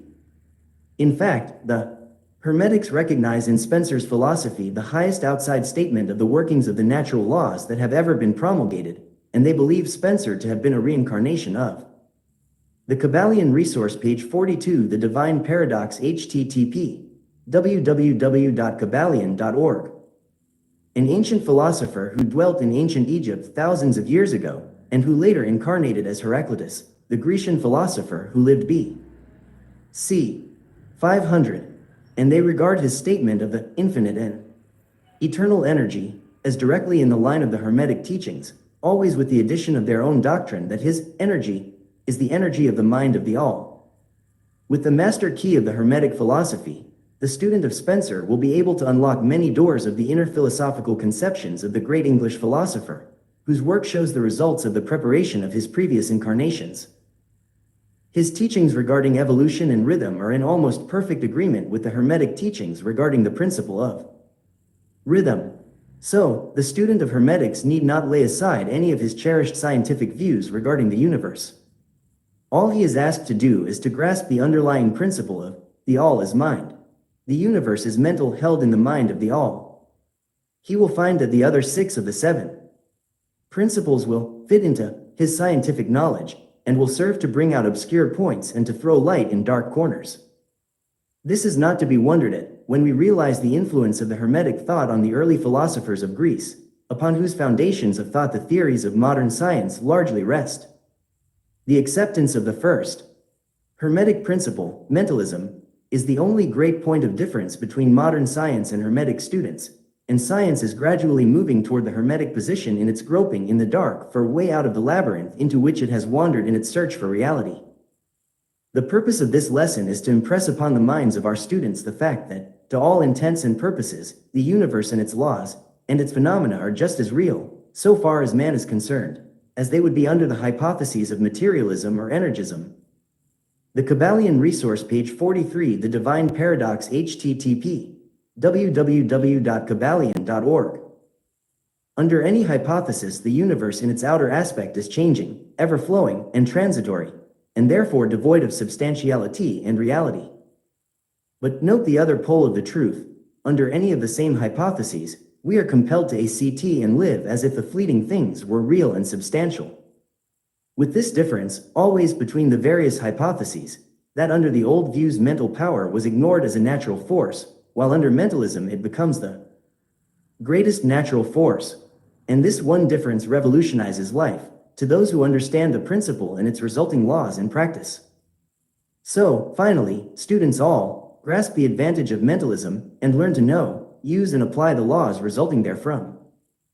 But do not yield to the temptation which, as the Kybalion states, overcomes the half-wise and which causes them to be hypnotized by the apparent unreality of things, the consequence being that they wander about like dream people dwelling in a world of dreams, ignoring the practical work and life of man, the end being that they are broken against the rocks and torn asunder by the elements, by reason of their folly. Rather follow the example of the wise, which the same authority states, use law against laws, the higher against the lower, and by the art of alchemy transmute that which is undesirable into that which is worthy, and thus triumph. Following the authority, let us avoid the half-wisdom, which is folly, which ignores the truth that mastery consists not in abnormal dreams, visions, and fantastic imaginings are living, but in using the higher forces against the lower, escaping the pains of the lower planes by vibrating on the higher. Remember always, student, that transmutation, not presumptuous denial, is the weapon of the master. The above quotations are from the Kybalion and are worthy of being committed to memory by the student. We do not live in a world of dreams, but in a universe which, while relative, is real so far as our lives and actions are concerned. R. The Kybalion Resource, page 44, The Divine Paradox, http www.kybalion.org.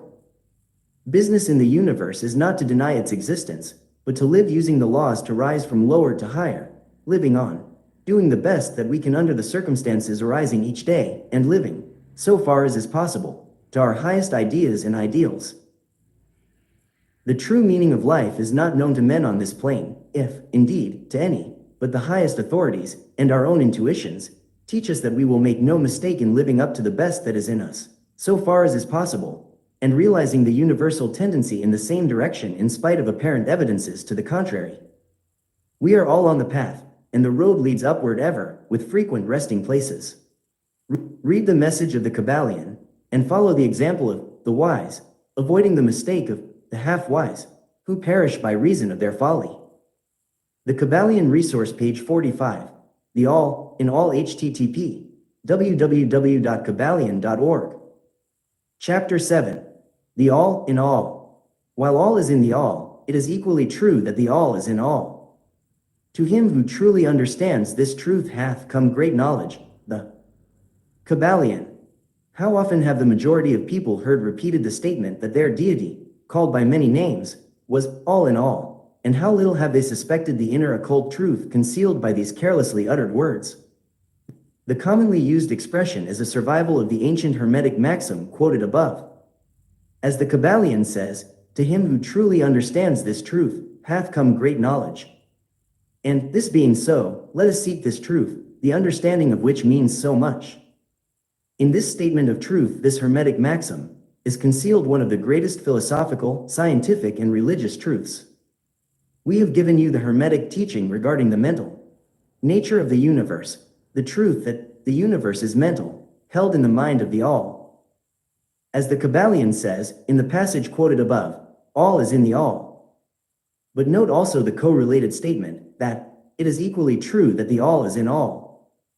This apparently contradictory statement is reconcilable under the law of paradox. It is, moreover, an exact Hermetic statement of the relations existing between the all and its mental universe. We have seen how all is in the all, now let us examine the other aspect of the subject. The Hermetic teachings are to the effect that the all is immanent in, remaining within, inherent, abiding within, its universe, and in every part, particle, unit, or combination, within the universe. This statement is usually illustrated by the teachers by a reference to the principle of correspondence. The teacher instructs the student to form a mental. The Kybalion Resource, page 46, The All, in All, http www.kybalion.org. Image of something, a person, an idea, something having a mental form, the favorite example being that of the author or dramatist forming an idea of his characters, or a painter or sculptor forming an image of an ideal that he wishes to express by his art. In each case, the student will find that while the image has its existence and being solely within his own mind, yet he, the student, author, dramatist, painter, or sculptor, is, in a sense, immanent in, remaining within, or abiding within, the mental image also. In other words, the entire virtue, life, spirit, of reality in the mental image is derived from the immanent mind of the thinker. Consider this for a moment, until the idea is grasped. To take a modern example, let us say that Othello, Iago, Hamlet, Lear, Richard III, existed merely in the mind of Shakespeare, at the time of their conception or creation. And yet, Shakespeare also existed within each of these characters, giving them their vitality, spirit, and action. Whose is the spirit of the characters that we know as Macabre, Oliver, Twist, Uriah Heep? Is it Dickens, or have each of these characters a personal spirit, independent of their creator? Have the Venus of Medici, the Sistine Madonna, the Apollo Belvedere, spirits and reality of their own, or do they represent the spiritual and mental power of their creators? The law of paradox explains that both propositions are true, viewed from the proper viewpoints. Macabre is both macabre and yet Dickens. And again, while macabre may be said to be Dickens, yet Dickens is not identical with macabre. Man, like macabre, may exclaim, "The spirit of my creator is inherent within me, and yet I am not he." How different this from the shocking half-truth so vociferously announced by certain of the half-wise, who fill the air with their raucous cries of, "I am God." Imagine poor macabre, or the sneaky Uriah Heep, crying, "I am Dickens," or some of the lowly clods in one of Shakespeare's plays, grandiloquently announcing that, "I am Shakespeare." The all is in the earthworm, and yet the earthworm is far from being the all. And still the wonder remains, that though the earthworm exists merely. The Kybalion resource page 47, the all, in all http, www.kybalion.org. As a lowly thing, created and having its being solely within the mind of the all, yet the all is immanent in the earthworm, and in the particles that go to make up the earthworm. Can there be any greater mystery than this of all in the all, and the all in all? The student will, of course, realize that the illustrations given above are necessarily imperfect and inadequate, for they represent the creation of mental images in finite minds, while the universe is a creation of infinite mind, and the difference between the two poles separates them. And yet it is merely a matter of degree. The same principle is in operation. The principle of correspondence manifests in each, as above, so below, as below, so above. And, in the degree that man realizes the existence of the indwelling spirit immanent within his being, so will he rise in the spiritual scale of life. This is what spiritual development means, the recognition, realization, and manifestation of the spirit within us. Try to remember this last definition, that of spiritual development. It contains the truth of true religion. There are many planes of being, many subplanes of life, many degrees of existence in the universe. And all depend upon the advancement of beings in the scale, of which scale the lowest point is the grossest matter, the highest being separated only by the thinnest division from the spirit of the all. And, upward and onward along this scale of life, everything is moving. All are on the path, whose end is the all. All progress is a returning home. All is upward and onward, in spite of all seemingly contradictory appearances. Such is the message of the illumined, the Hermetic teachings concerning the process of the mental creation of the universe are that at the beginning of the creative cycle, the all, in its aspect of being, projects its will toward its aspect of the Kybalion resource page 48, the all, in all http, www.kybalion.org. Becoming and the process of creation begins. It is taught that the process consists of the lowering of vibration until a very low degree of vibratory energy is reached, at which point the grossest possible form of matter is manifested. This process is called the stage of involution, in which the all becomes involved, or wrapped up, in its creation. This process is believed by the Hermetists to have a correspondence to the mental process of an artist, writer, or inventor, who becomes so wrapped up in his mental creation as to almost forget his own existence and who, for the time being, almost lives in his creation. If instead of wrapped, we use the word wrapped, perhaps we will give a better idea of what is meant. This involuntary stage of creation is sometimes called the outpouring of the divine energy, just as the evolutionary state is called the indrawing. The extreme pole of the creative process is considered to be the furthest removed from the all, while the beginning of the evolutionary stage is regarded as the beginning of the return swing of the pendulum of rhythm, a coming home idea being held in all of the Hermetic teachings. The teachings are that during the outpouring, the vibrations become lower and lower until finally the urge ceases, and the return swing begins. But there is this difference, that while in the outpouring, the creative forces manifest compactly and as a whole, yet from the beginning of the evolutionary or indrawing stage, there is manifested the law of individualization.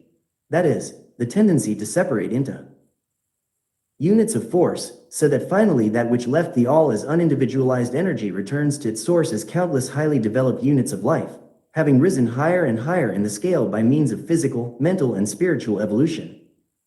The Kybalion resource page 49, the all, in all http, www.kybalion.org. The ancient Hermetists used the word meditation in describing the process of the mental creation of the universe in the mind of the all, the word contemplation also being frequently employed. But the idea intended seems to be that of the employment of the divine attention. Attention is a word derived from the Latin root, meaning to reach out, to stretch out, and so the act of attention is really a mental, reaching out, extension of mental energy, so that the underlying idea is readily understood when we examine into the real meaning of attention. The Hermetic teachings regarding the process of evolution are that the all, having meditated upon the beginning of the creation, having thus established the material foundations of the universe, having thought it into existence, then gradually awakens or rouses from its meditation, and in so doing starts into manifestation the process of evolution on the material, mental, and spiritual planes, successively and in order. Thus the upward movement begins, and all begins to move. Spiritward.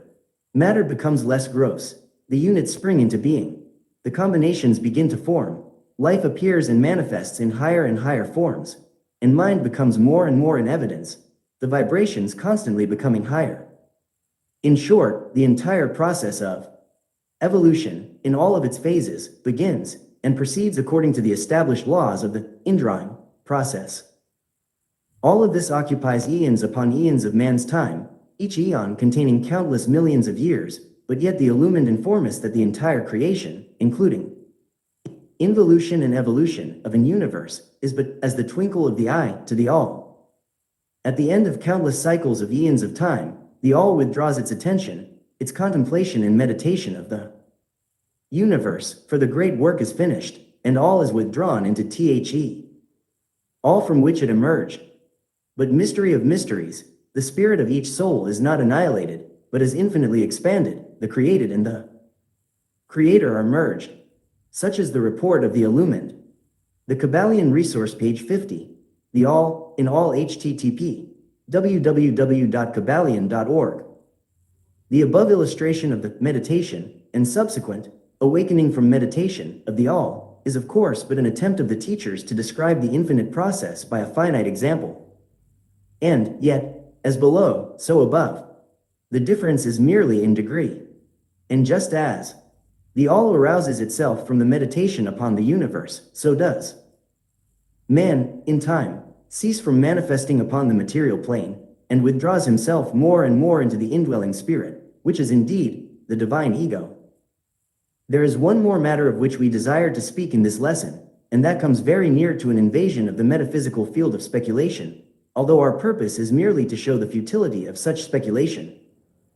We allude to the question which inevitably comes to the mind of all thinkers who have ventured to seek the truth.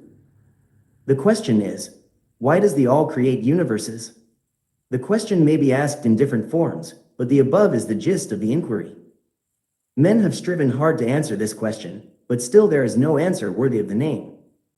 Some have imagined that the all had something to gain by it, but this is absurd, for what could the all gain that it did not already possess?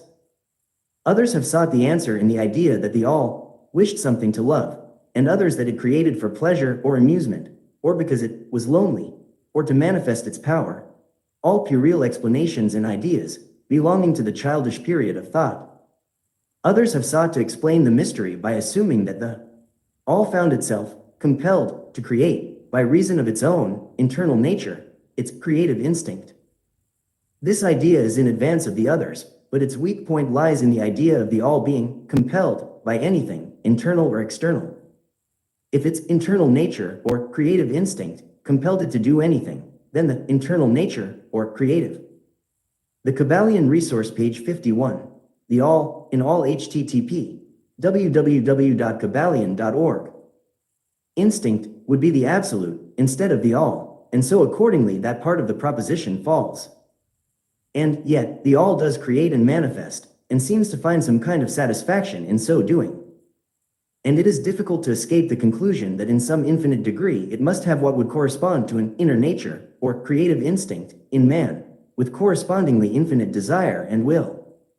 It could not act unless it willed to act, and it would not will to act unless it desired to act, and it would not desire to act unless it obtained some satisfaction thereby. And all of these things would belong to an inner nature, and might be postulated as existing according to the law of correspondence.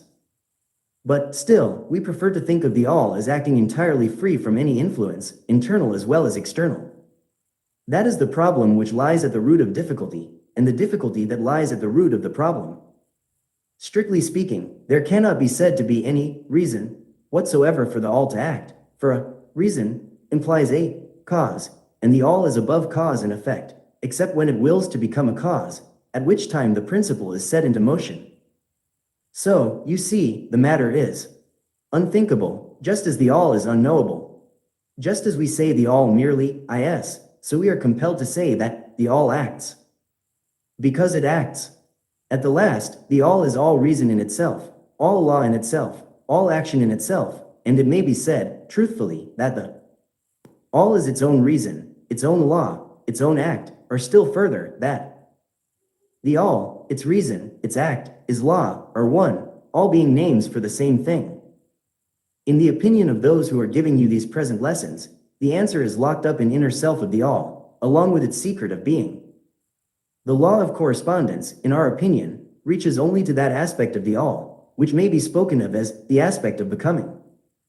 Back of that aspect is the aspect of being, in which all laws are lost in law, all principles merge into principle, and the all, principle, and being are identical, one and the same. The Kybalion resource, page 52, the all, in all, http www.kybalion.org. Therefore, metaphysical speculation on this point is futile. We go into the matter here, merely to show that we recognize the question, and also the absurdity of the ordinary answers of metaphysics and theology. In conclusion, it may be of interest to our students to learn that while some of the ancient and modern Hermetic teachers have rather inclined in the direction of applying the principle of correspondence to the question, with the result of the inner nature conclusion, still the legends have it that Hermes, the Great, when asked this question by his advanced students, answered them by pressing his lips tightly together and saying not a word, indicating that there was no answer. But then, he may have intended to apply the axiom of his philosophy, that the lips of wisdom are closed, except to the ears of understanding, believing that even his advanced students did not possess the understanding which entitled them to the teaching. At any rate, if Hermes possessed the secret, he failed to impart it, and so far as the world is concerned, the lips of Hermes are closed regarding it. And where the great Hermes hesitated to speak, what mortal may dare to teach? But remember that whatever be the answer to this problem, if indeed there be an answer, the truth remains that, while all is in the all, it is equally true that the all is in all. The teaching on this point is emphatic. And we may add the concluding words of the quotation: to him who truly understands this truth, hath come great knowledge. The Kybalion resource, page 53, the planes of correspondence, http www.kybalion.org. Chapter 8. The planes of correspondence. As above, so below. As below, so above. The Kybalion. The great second Hermetic principle embodies the truth that there is a harmony, agreement, and correspondence between the several planes of manifestation, life, and being. This truth is a truth because all that is included in the universe emanates from the same source, and the same laws, principles, and characteristics apply to each unit, or combination of units of activity, as each manifests its own phenomena upon its own plane. For the purpose of convenience of thought and stuck, the Hermetic philosophy considers that the universe may be divided into three great classes of phenomena, known as the three great planes, namely I. The great physical plane. 2. The great mental plane. 3. The great spiritual plane. These divisions are more or less artificial and arbitrary, for the truth is that all of the three divisions are but ascending degrees of the great scale of life, the lowest point of which is indifferentiated matter, and the highest point that of spirit. And, moreover, the different planes shade into each other, so that no hard and fast division may be made between the higher phenomena of the physical and the lower of the mental, or between the higher of the mental and the lower of the physical. In short, the three great planes may be regarded as three great groups of degrees of life manifestation. While the purposes of this little book do not allow us to enter into an extended discussion of, or, the Kybalion resource, page 54, the planes of correspondence, http www.kybalion.org. explanation of the subject of these different planes, still we think it well to give a general description of the same at this point. At the beginning, we may as well consider the question so often asked by the neophyte, who desires to be informed regarding the meaning of the word plane, which term has been very freely used, and very poorly explained, in many recent works upon the subject of occultism. The question is generally about as follows: is a plane a place having dimensions, or is it merely a condition or state? We answer, no, not a place, nor ordinary dimension of space, and yet more than a state or condition. It may be considered as a state or condition, and yet the state or condition is a degree of dimension, in a scale subject to measurement. Somewhat paradoxical, is it not? But let us examine the matter. A dimension, you know, is a measure in a straight line, relating to measure, etc. The ordinary dimensions of space are length, breadth, and height, or perhaps length, breadth, height, thickness, or circumference. But there is another dimension of created things, or measure in a straight line, known to occultists, and to scientists as well, although the latter have not as yet applied the term dimension to it, and this new dimension, which, by the way, is the much speculated about fourth dimension, is the standard used in determining the degrees or planes. This fourth dimension may be called the dimension of vibration. It is a fact well known to modern science, as well as to the Hermetists who have embodied the truth in their third Hermetic principle, that everything is in motion, everything vibrates, nothing is at rest. From the highest manifestation to the lowest, everything and all things vibrate. Not only do they vibrate at different rates of motion, but as in different directions and in a different manner. The degrees of the rate of vibrations constitute the degrees of measurement on the scale of vibrations, in other words, the degrees of the fourth dimension. And the Kybalion resource, page 55, the planes of correspondence, http www.kybalion.org. These degrees form what occultists call planes. The higher the degree of rate of vibration, the higher the plane, and the higher the manifestation of life occupying that plane. So that while a plane is not a place, nor yet a state or condition, yet it possesses qualities common to both. We shall have more to say regarding the subject of the scale of vibrations in our next lessons, in which we shall consider the Hermetic principle of vibration. You will kindly remember, however, that the three great planes are not actual divisions of the phenomena of the universe, but merely arbitrary terms used by the Hermetists in order to aid in the thought and study of the various degrees and forms of universal activity and life. The atom of matter, the unit of force, the mind of man, and the being of the archangel are all but degrees in one scale, and all fundamentally the same, the difference between solely a matter of degree and rate of vibration. All are creations of the all, and have their existence solely within the infinite mind of the all. The Hermetists subdivide each of the three great planes into 7 minor planes, and each of these latter are also subdivided into 7 subplanes, all divisions being more or less arbitrary, shading into each other, and adopted merely for convenience of scientific study and thought. The great physical plane and its 7 minor planes is that division of the phenomena of the universe which includes all that relates to physics or material things, forces, and manifestations. It includes all forms of that which we call matter, and all forms of that which we call energy or force.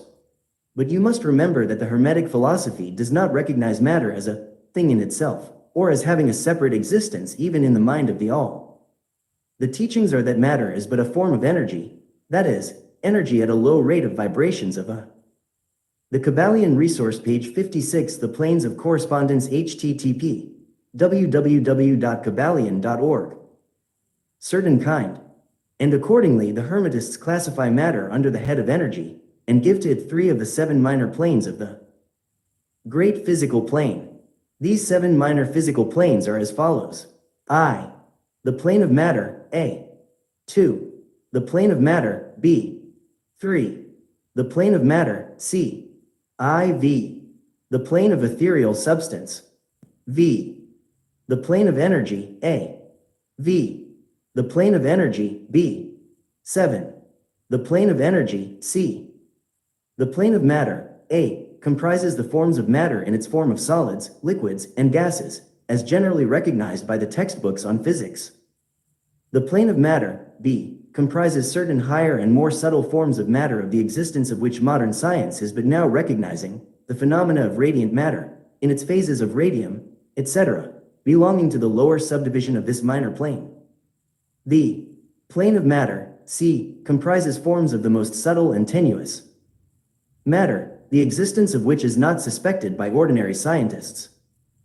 The plane of ethereal substance comprises that which science speaks of as the ether, a substance of extreme tenuity and elasticity, pervading all universal space, and acting as a medium for the transmission of waves of energy, such as light, heat, electricity, etc.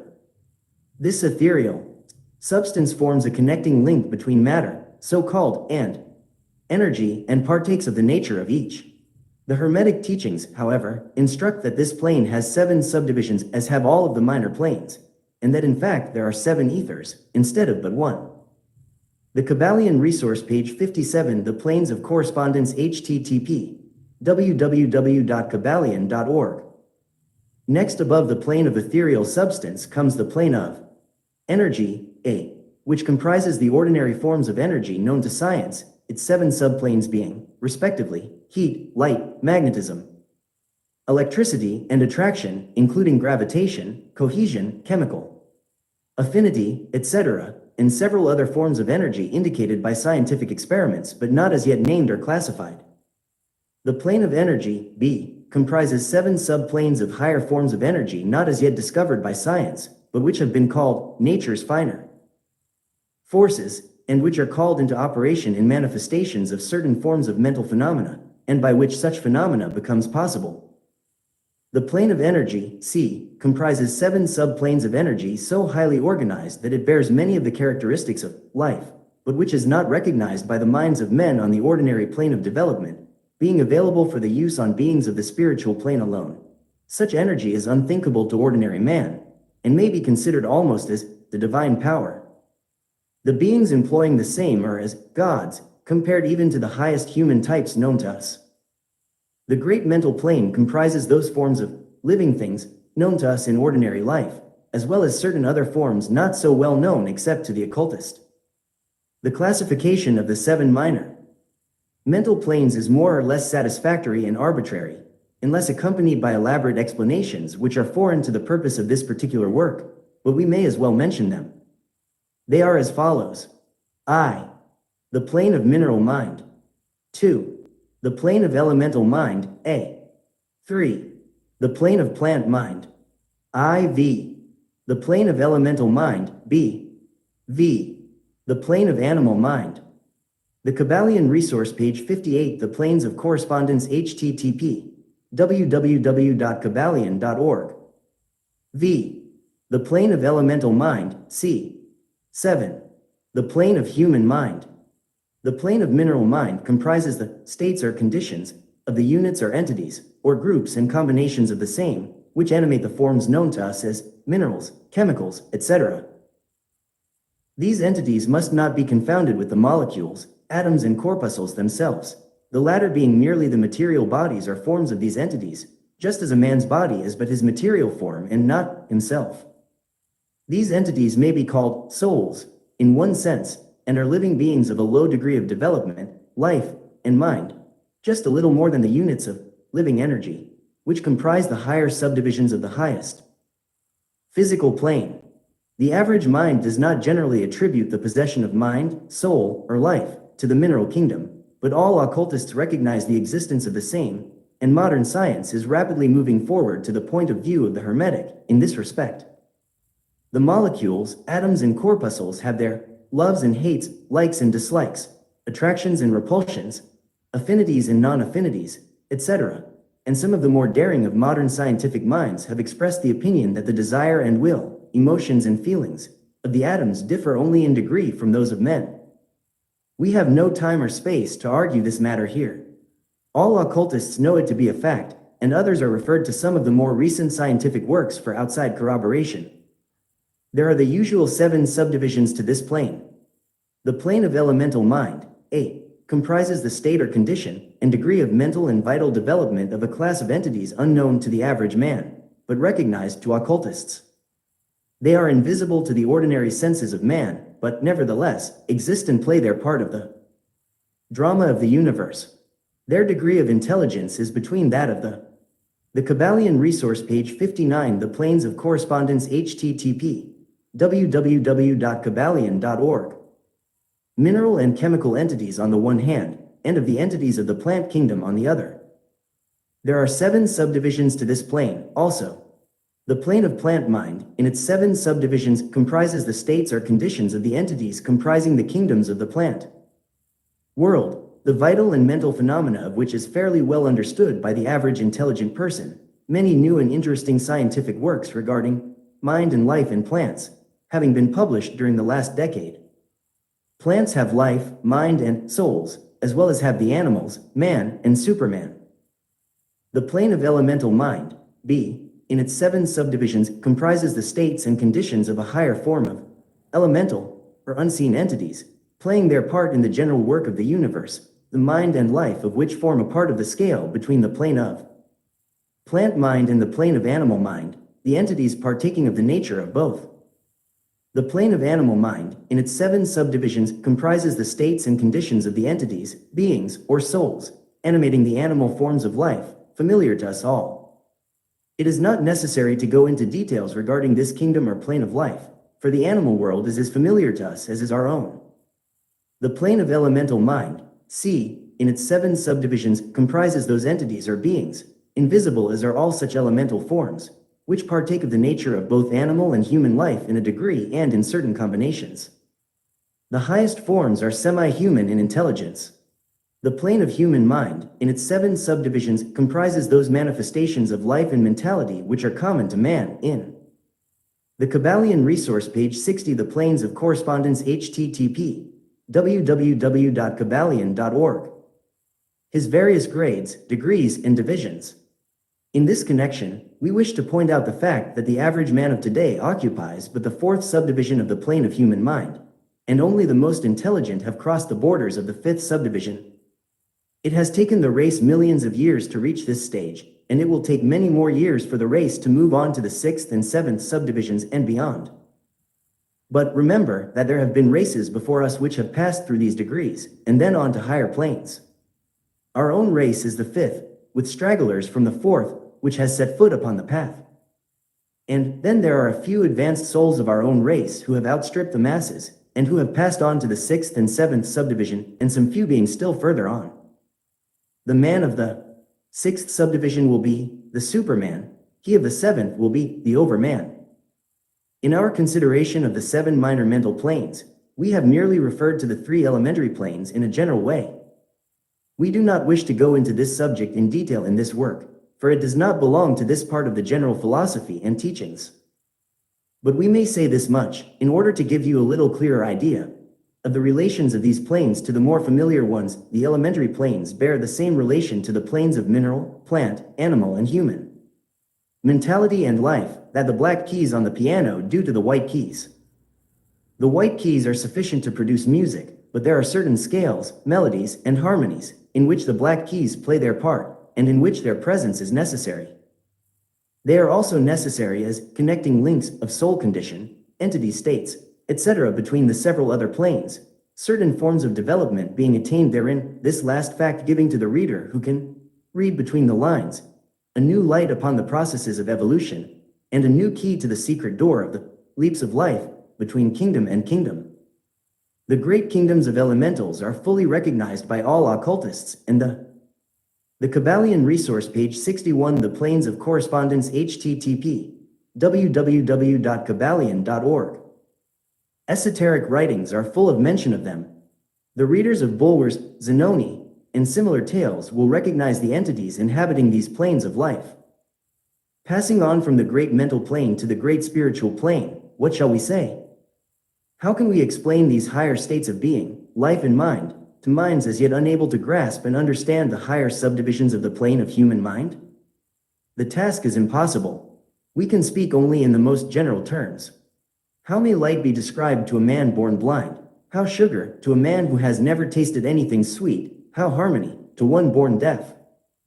All that we can say is that the 7 minor planes of the great spiritual plane, each minor plane having its 7 subdivisions, comprise beings possessing life, mind, and form as far above that of Man of today as the latter is above the earthworm, mineral, or even certain forms of energy or matter.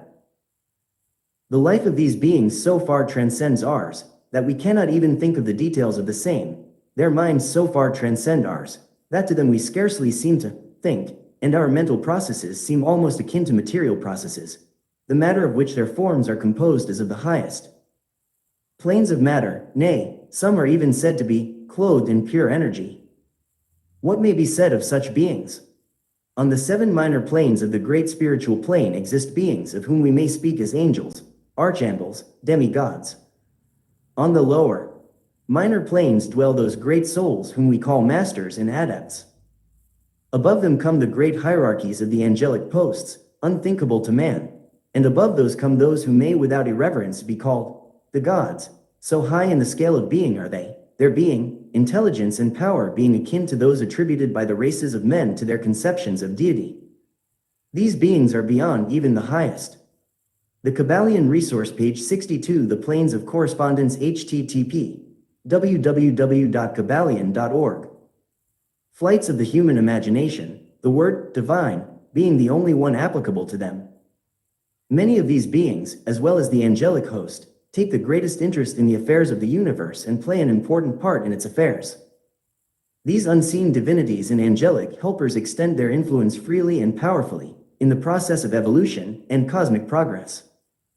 Their occasional intervention and assistance in human affairs have led to the many legends, beliefs, religions, and traditions of the race, past and present. They have superimposed their knowledge and power upon the world, again and again, all under the law of the all, of course. But yet, even the highest of these advanced beings exist merely as creations of, and in, the mind of the all, and are subject to the cosmic processes and universal laws. They are still mortal. We may call them gods, if we like, but still they are but the elder brethren of the race, the advanced souls who have outstripped their brethren, and who have foregone the ecstasy of absorption by the all, in order to help the race on its upward journey along the path. But they belong to the universe, and are subject to its conditions. They are mortal, and their plane is below that of absolute spirit.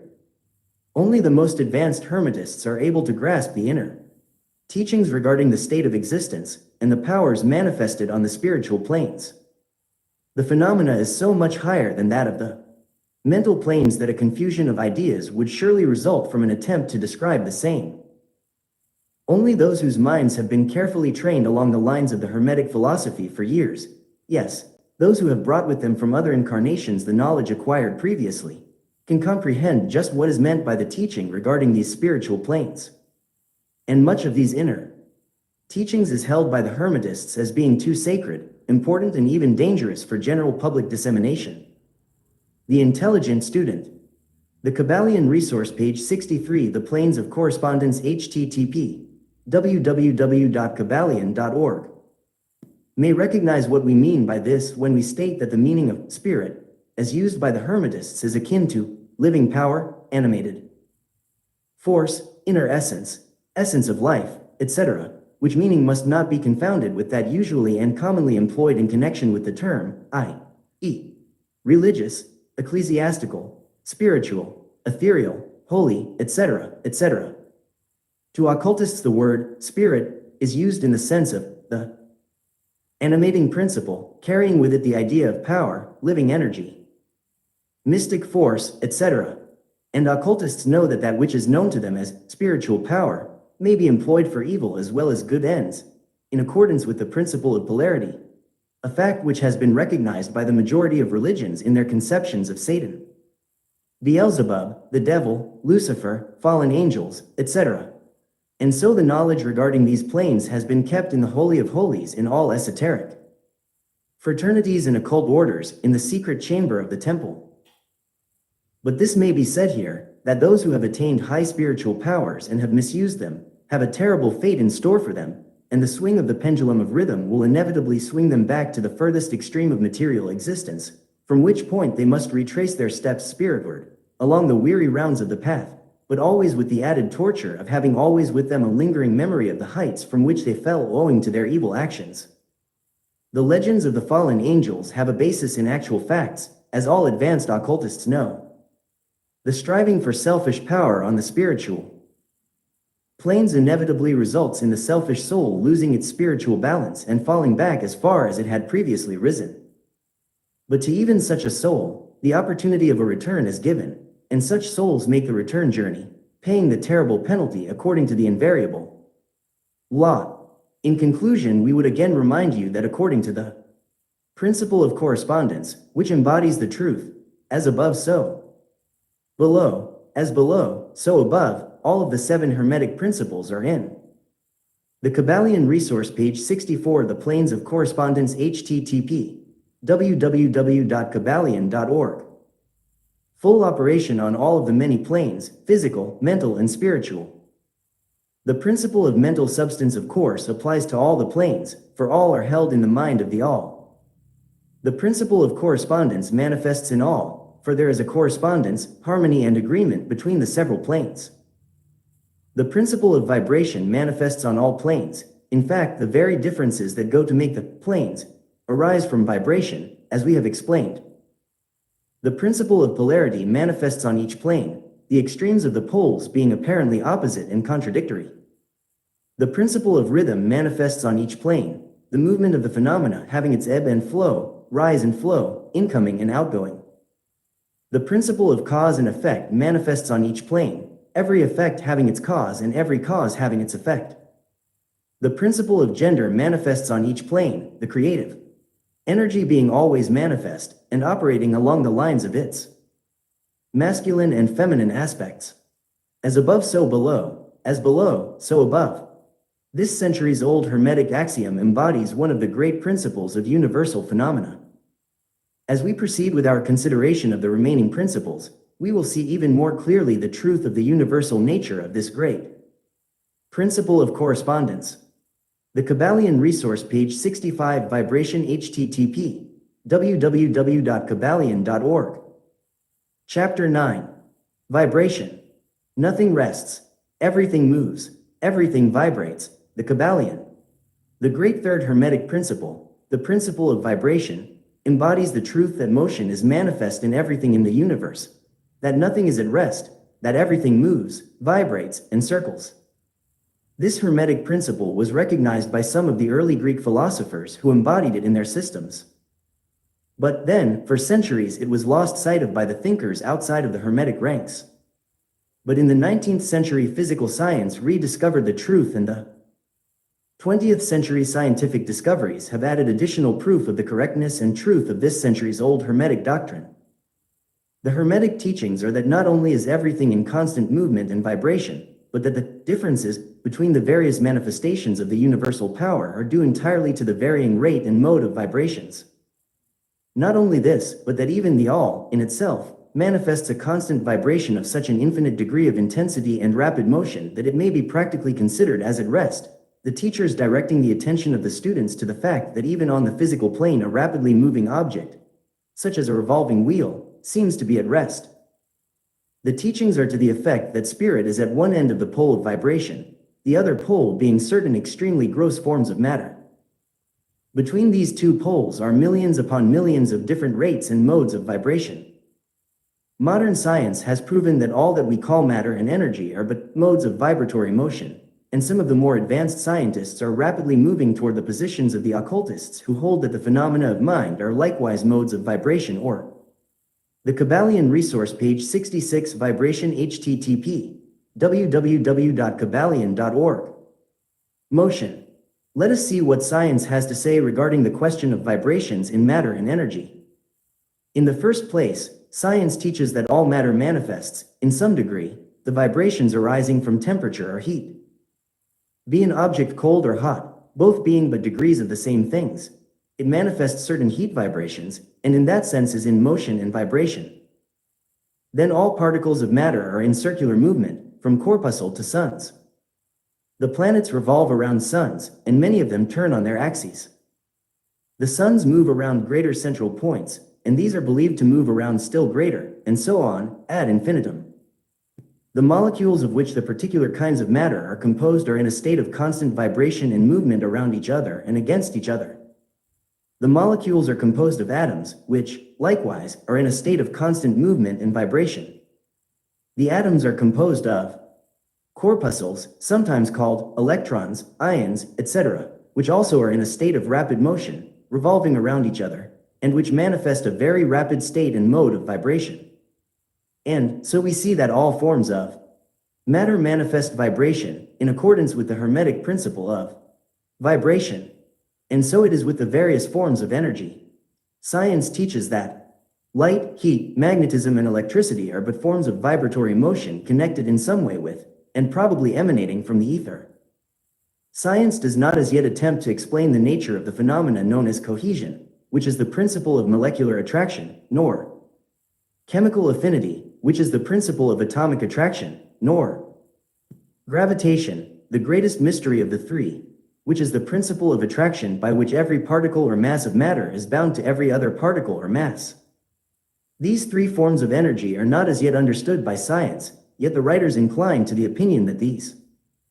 The Kybalion resource, page 67, vibration, http www.kybalion.org. 2 were manifestations of some form of vibratory energy, a fact which the Hermetists have held and taught for ages past. The universal ether, which is postulated by science without its nature being understood clearly, is held by the Hermetists to be but a higher manifestation of that which is erroneously called matter. That is to say, matter at a higher degree of vibration, and is called by them the ethereal substance. The Hermetists teach that this ethereal substance is of extreme tenuity and elasticity, and pervades universal space, serving as a medium of transmission of waves of vibratory energy, such as heat, light, electricity, magnetism, etc. The teachings are that the ethereal substance is a connecting link between the forms of vibratory energy known as matter, on the one hand, and energy or force, on the other, and also that it manifests a degree of vibration, in rate and mode, entirely its own. Scientists have offered the illustration of a rapidly moving wheel, top, or cylinder, to show the effects of increasing rates of vibration. The illustration supposes a wheel, top, or revolving cylinder, running at a low rate of speed. We will call this revolving thing the object, in following out the illustration. Let us suppose the object moving slowly. It may be seen readily, but no sound of its movement reaches the ear. The speed is gradually increased. In a few moments its movement becomes so rapid that a deep growl or low note may be heard. Then as the rate is increased, the note rises 1 in the musical scale. Then, the motion being still further increased, the next highest note is distinguished. Then, one after another, all the notes of the musical scale appear, rising higher and higher as the motion is increased. Finally, when the motions have reached a certain rate, the final note perceptible to human ears is reached and the shrill, piercing shriek dies away, and silence follows. No sound is heard from the revolving object, the rate of motion being so high that the human ear cannot register the vibrations. Then comes the perception of the Kybalion resource, page 68, vibration, http www.kybalion.org. Rising degrees of heat. Then after quite a time the eye catches a glimpse of the object becoming a dull dark reddish color. As the rate increases, the red becomes brighter. Then as the speed is increased, the red melts into an orange. Then the orange melts into a yellow. Then follow, successively, the shades of green, blue, indigo, and finally violet, as the rate of speed increases. Then the violet shades away, and all color disappears, the human eye not being able to register them. But there are invisible rays emanating from the revolving object, the rays that are used in photographing, and other subtle rays of light. Then begin to manifest the peculiar rays known as the X-rays, etc., as the constitution of the object changes. Electricity and magnetism are emitted when tile-appropriate rate of vibration is attained.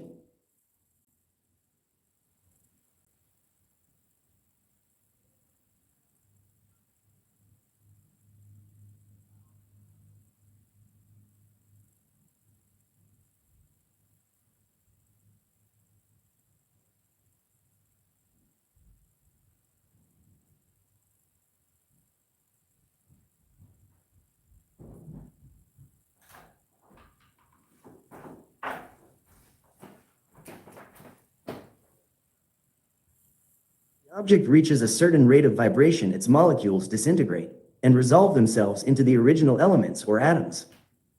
Then the atoms, following the principle of vibration, are separated into the countless corpuscles of which they are composed. And finally, even the corpuscles disappear and the object may be said to be composed of the ethereal substance. Science does not dare to follow the illustration further, but the Hermetists teach that if the vibrations be continually increased, the object would mount up the successive states of manifestation and would in turn manifest the various mental stages, and then on spiritward, until it would finally re-enter the all, which is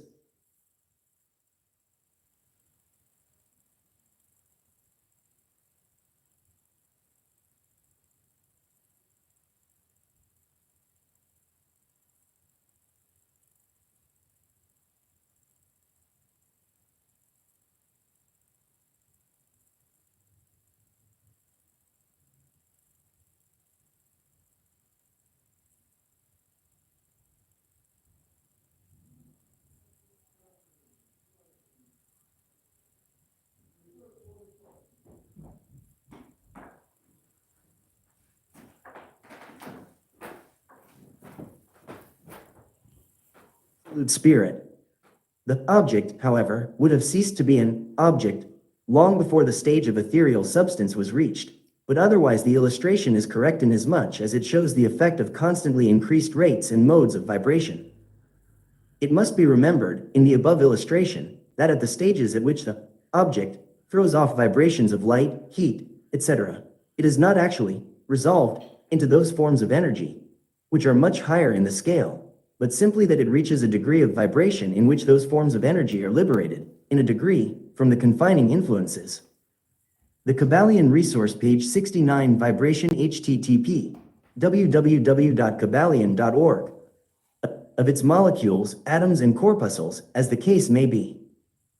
These forms of energy, although much higher in the scale than matter, are imprisoned and confined in the material combinations, by reason of the energies manifesting through and using material forms, but thus becoming entangled and confined in their creations of material forms, which, to an extent, is true of all creations, the creating force becoming involved in its creation.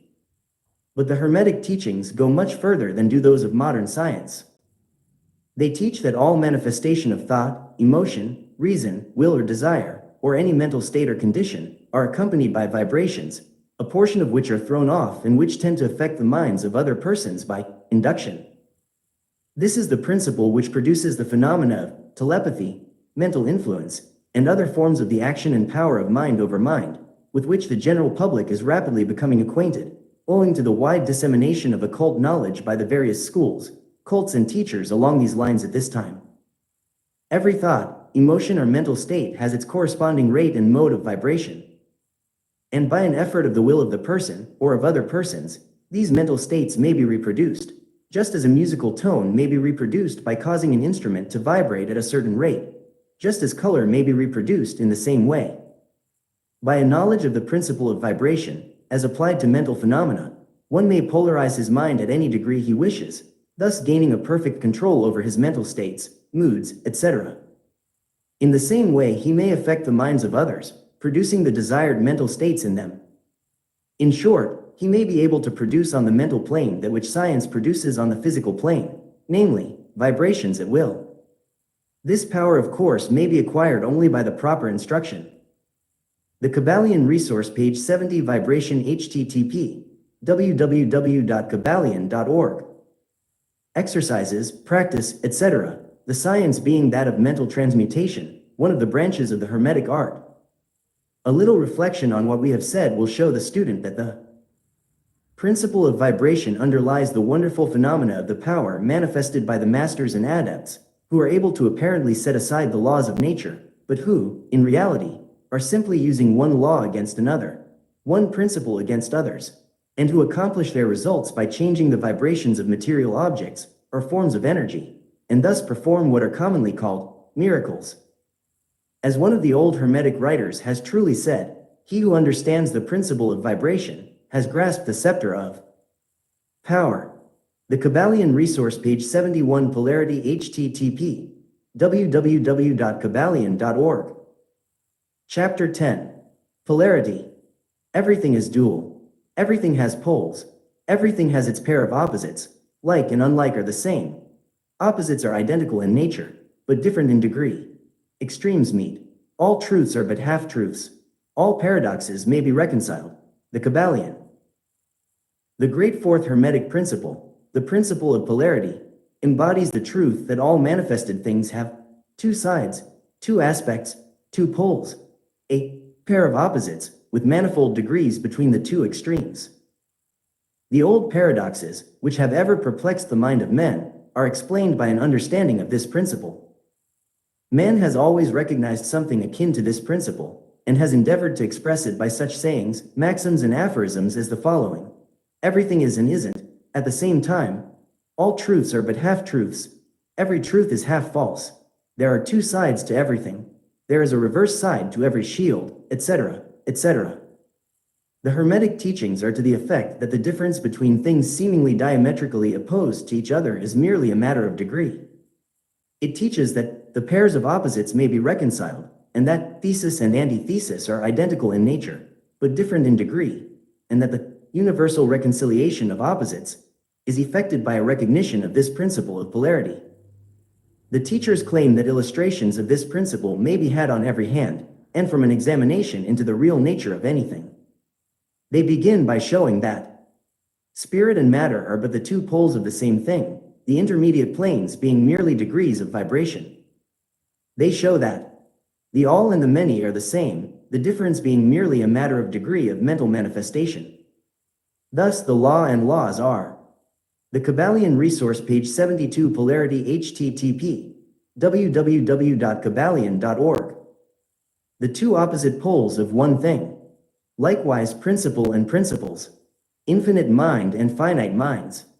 Then passing on to the physical plane, they illustrate the principle by showing that heat and cold are identical in nature, the differences being merely a matter of degrees. The thermometer shows many degrees of temperature, the lowest pole being called cold and the highest heat. Between these two poles are many degrees of heat or cold. Call them either and you are equally correct.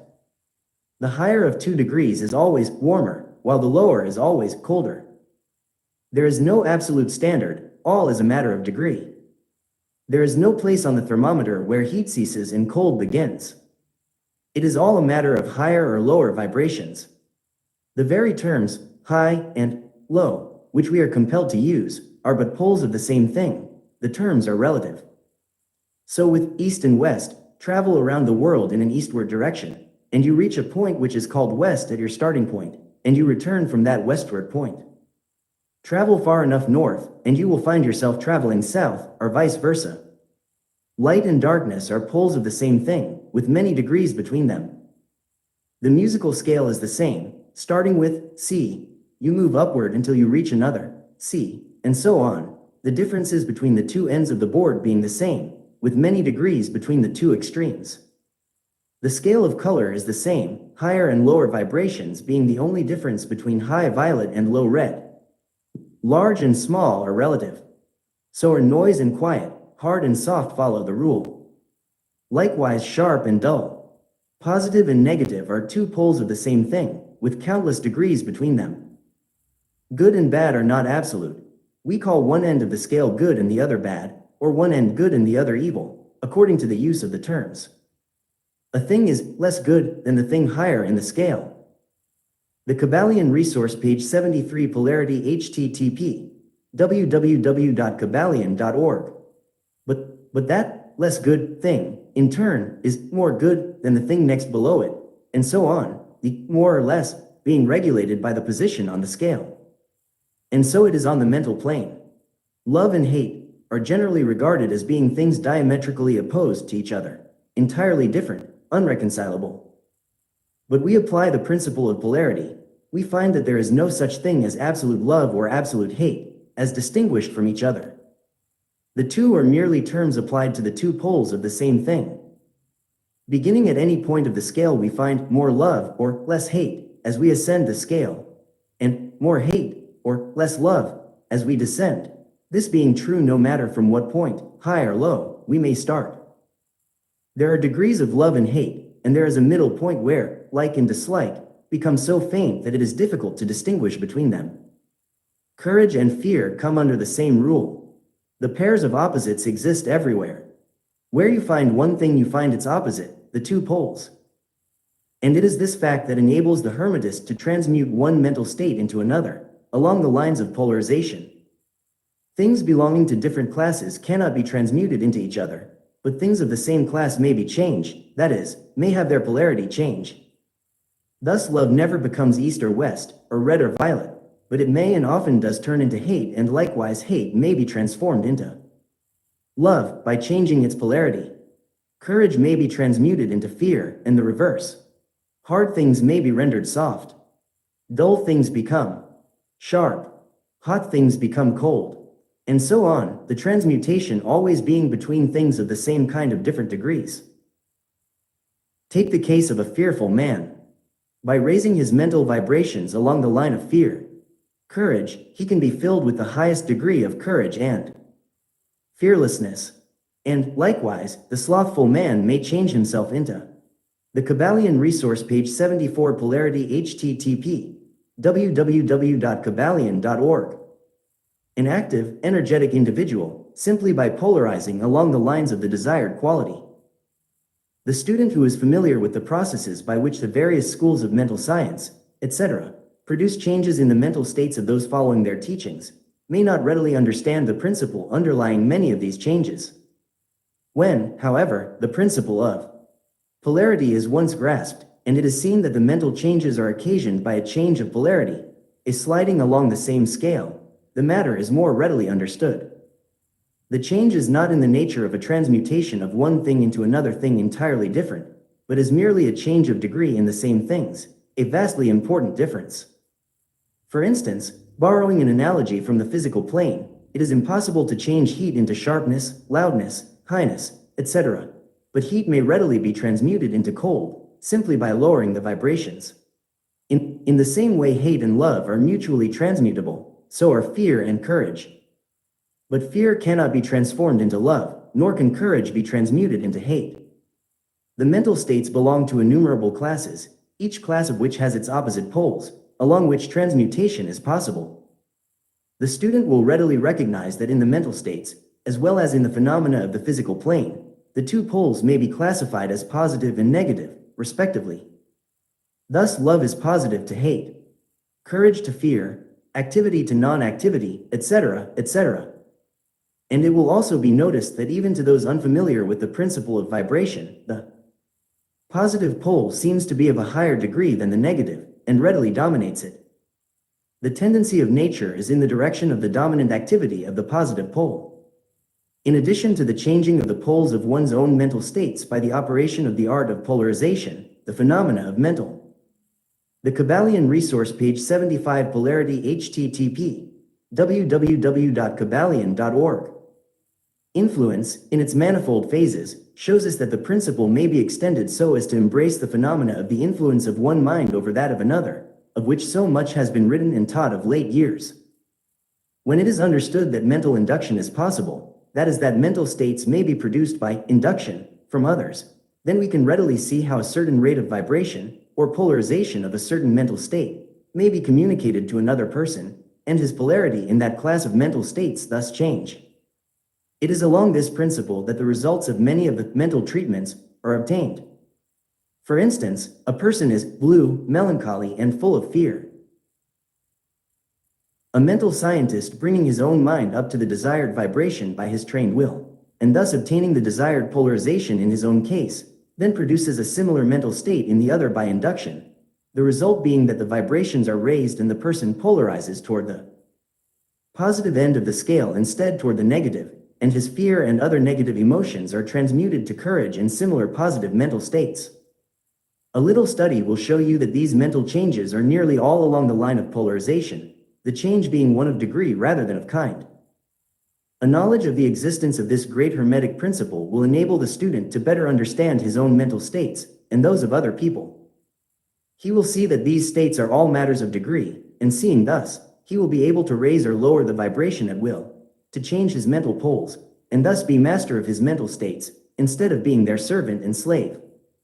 And by his knowledge he will be able to aid his fellows intelligently, and by the appropriate methods change the polarity when the same is desirable. We advise all students to familiarize themselves with this principle of polarity, for a correct understanding of the same will throw light on many difficult subjects. The Kybalion resource page 76 Rhythm http www.kybalion.org. Chapter 11. Rhythm. Everything flows out and in. Everything has its tides. All things rise and fall. The pendulum swing manifests in everything. The measure of the swing to the right is the measure of the swing to the left. Rhythm compensates. The Kybalion. The great fifth Hermetic principle, the principle of rhythm, embodies the truth that in everything there is manifested a measured motion, a to and from movement, a flow and inflow, a swing forward and backward, a pendulum-like movement, a tide-like ebb and flow, a high tide and a low tide, between the two poles manifest on the physical, mental, or spiritual planes. The principle of rhythm is closely connected with the principle of polarity described in the preceding chapter. Rhythm manifests between the two poles established by the principle of polarity.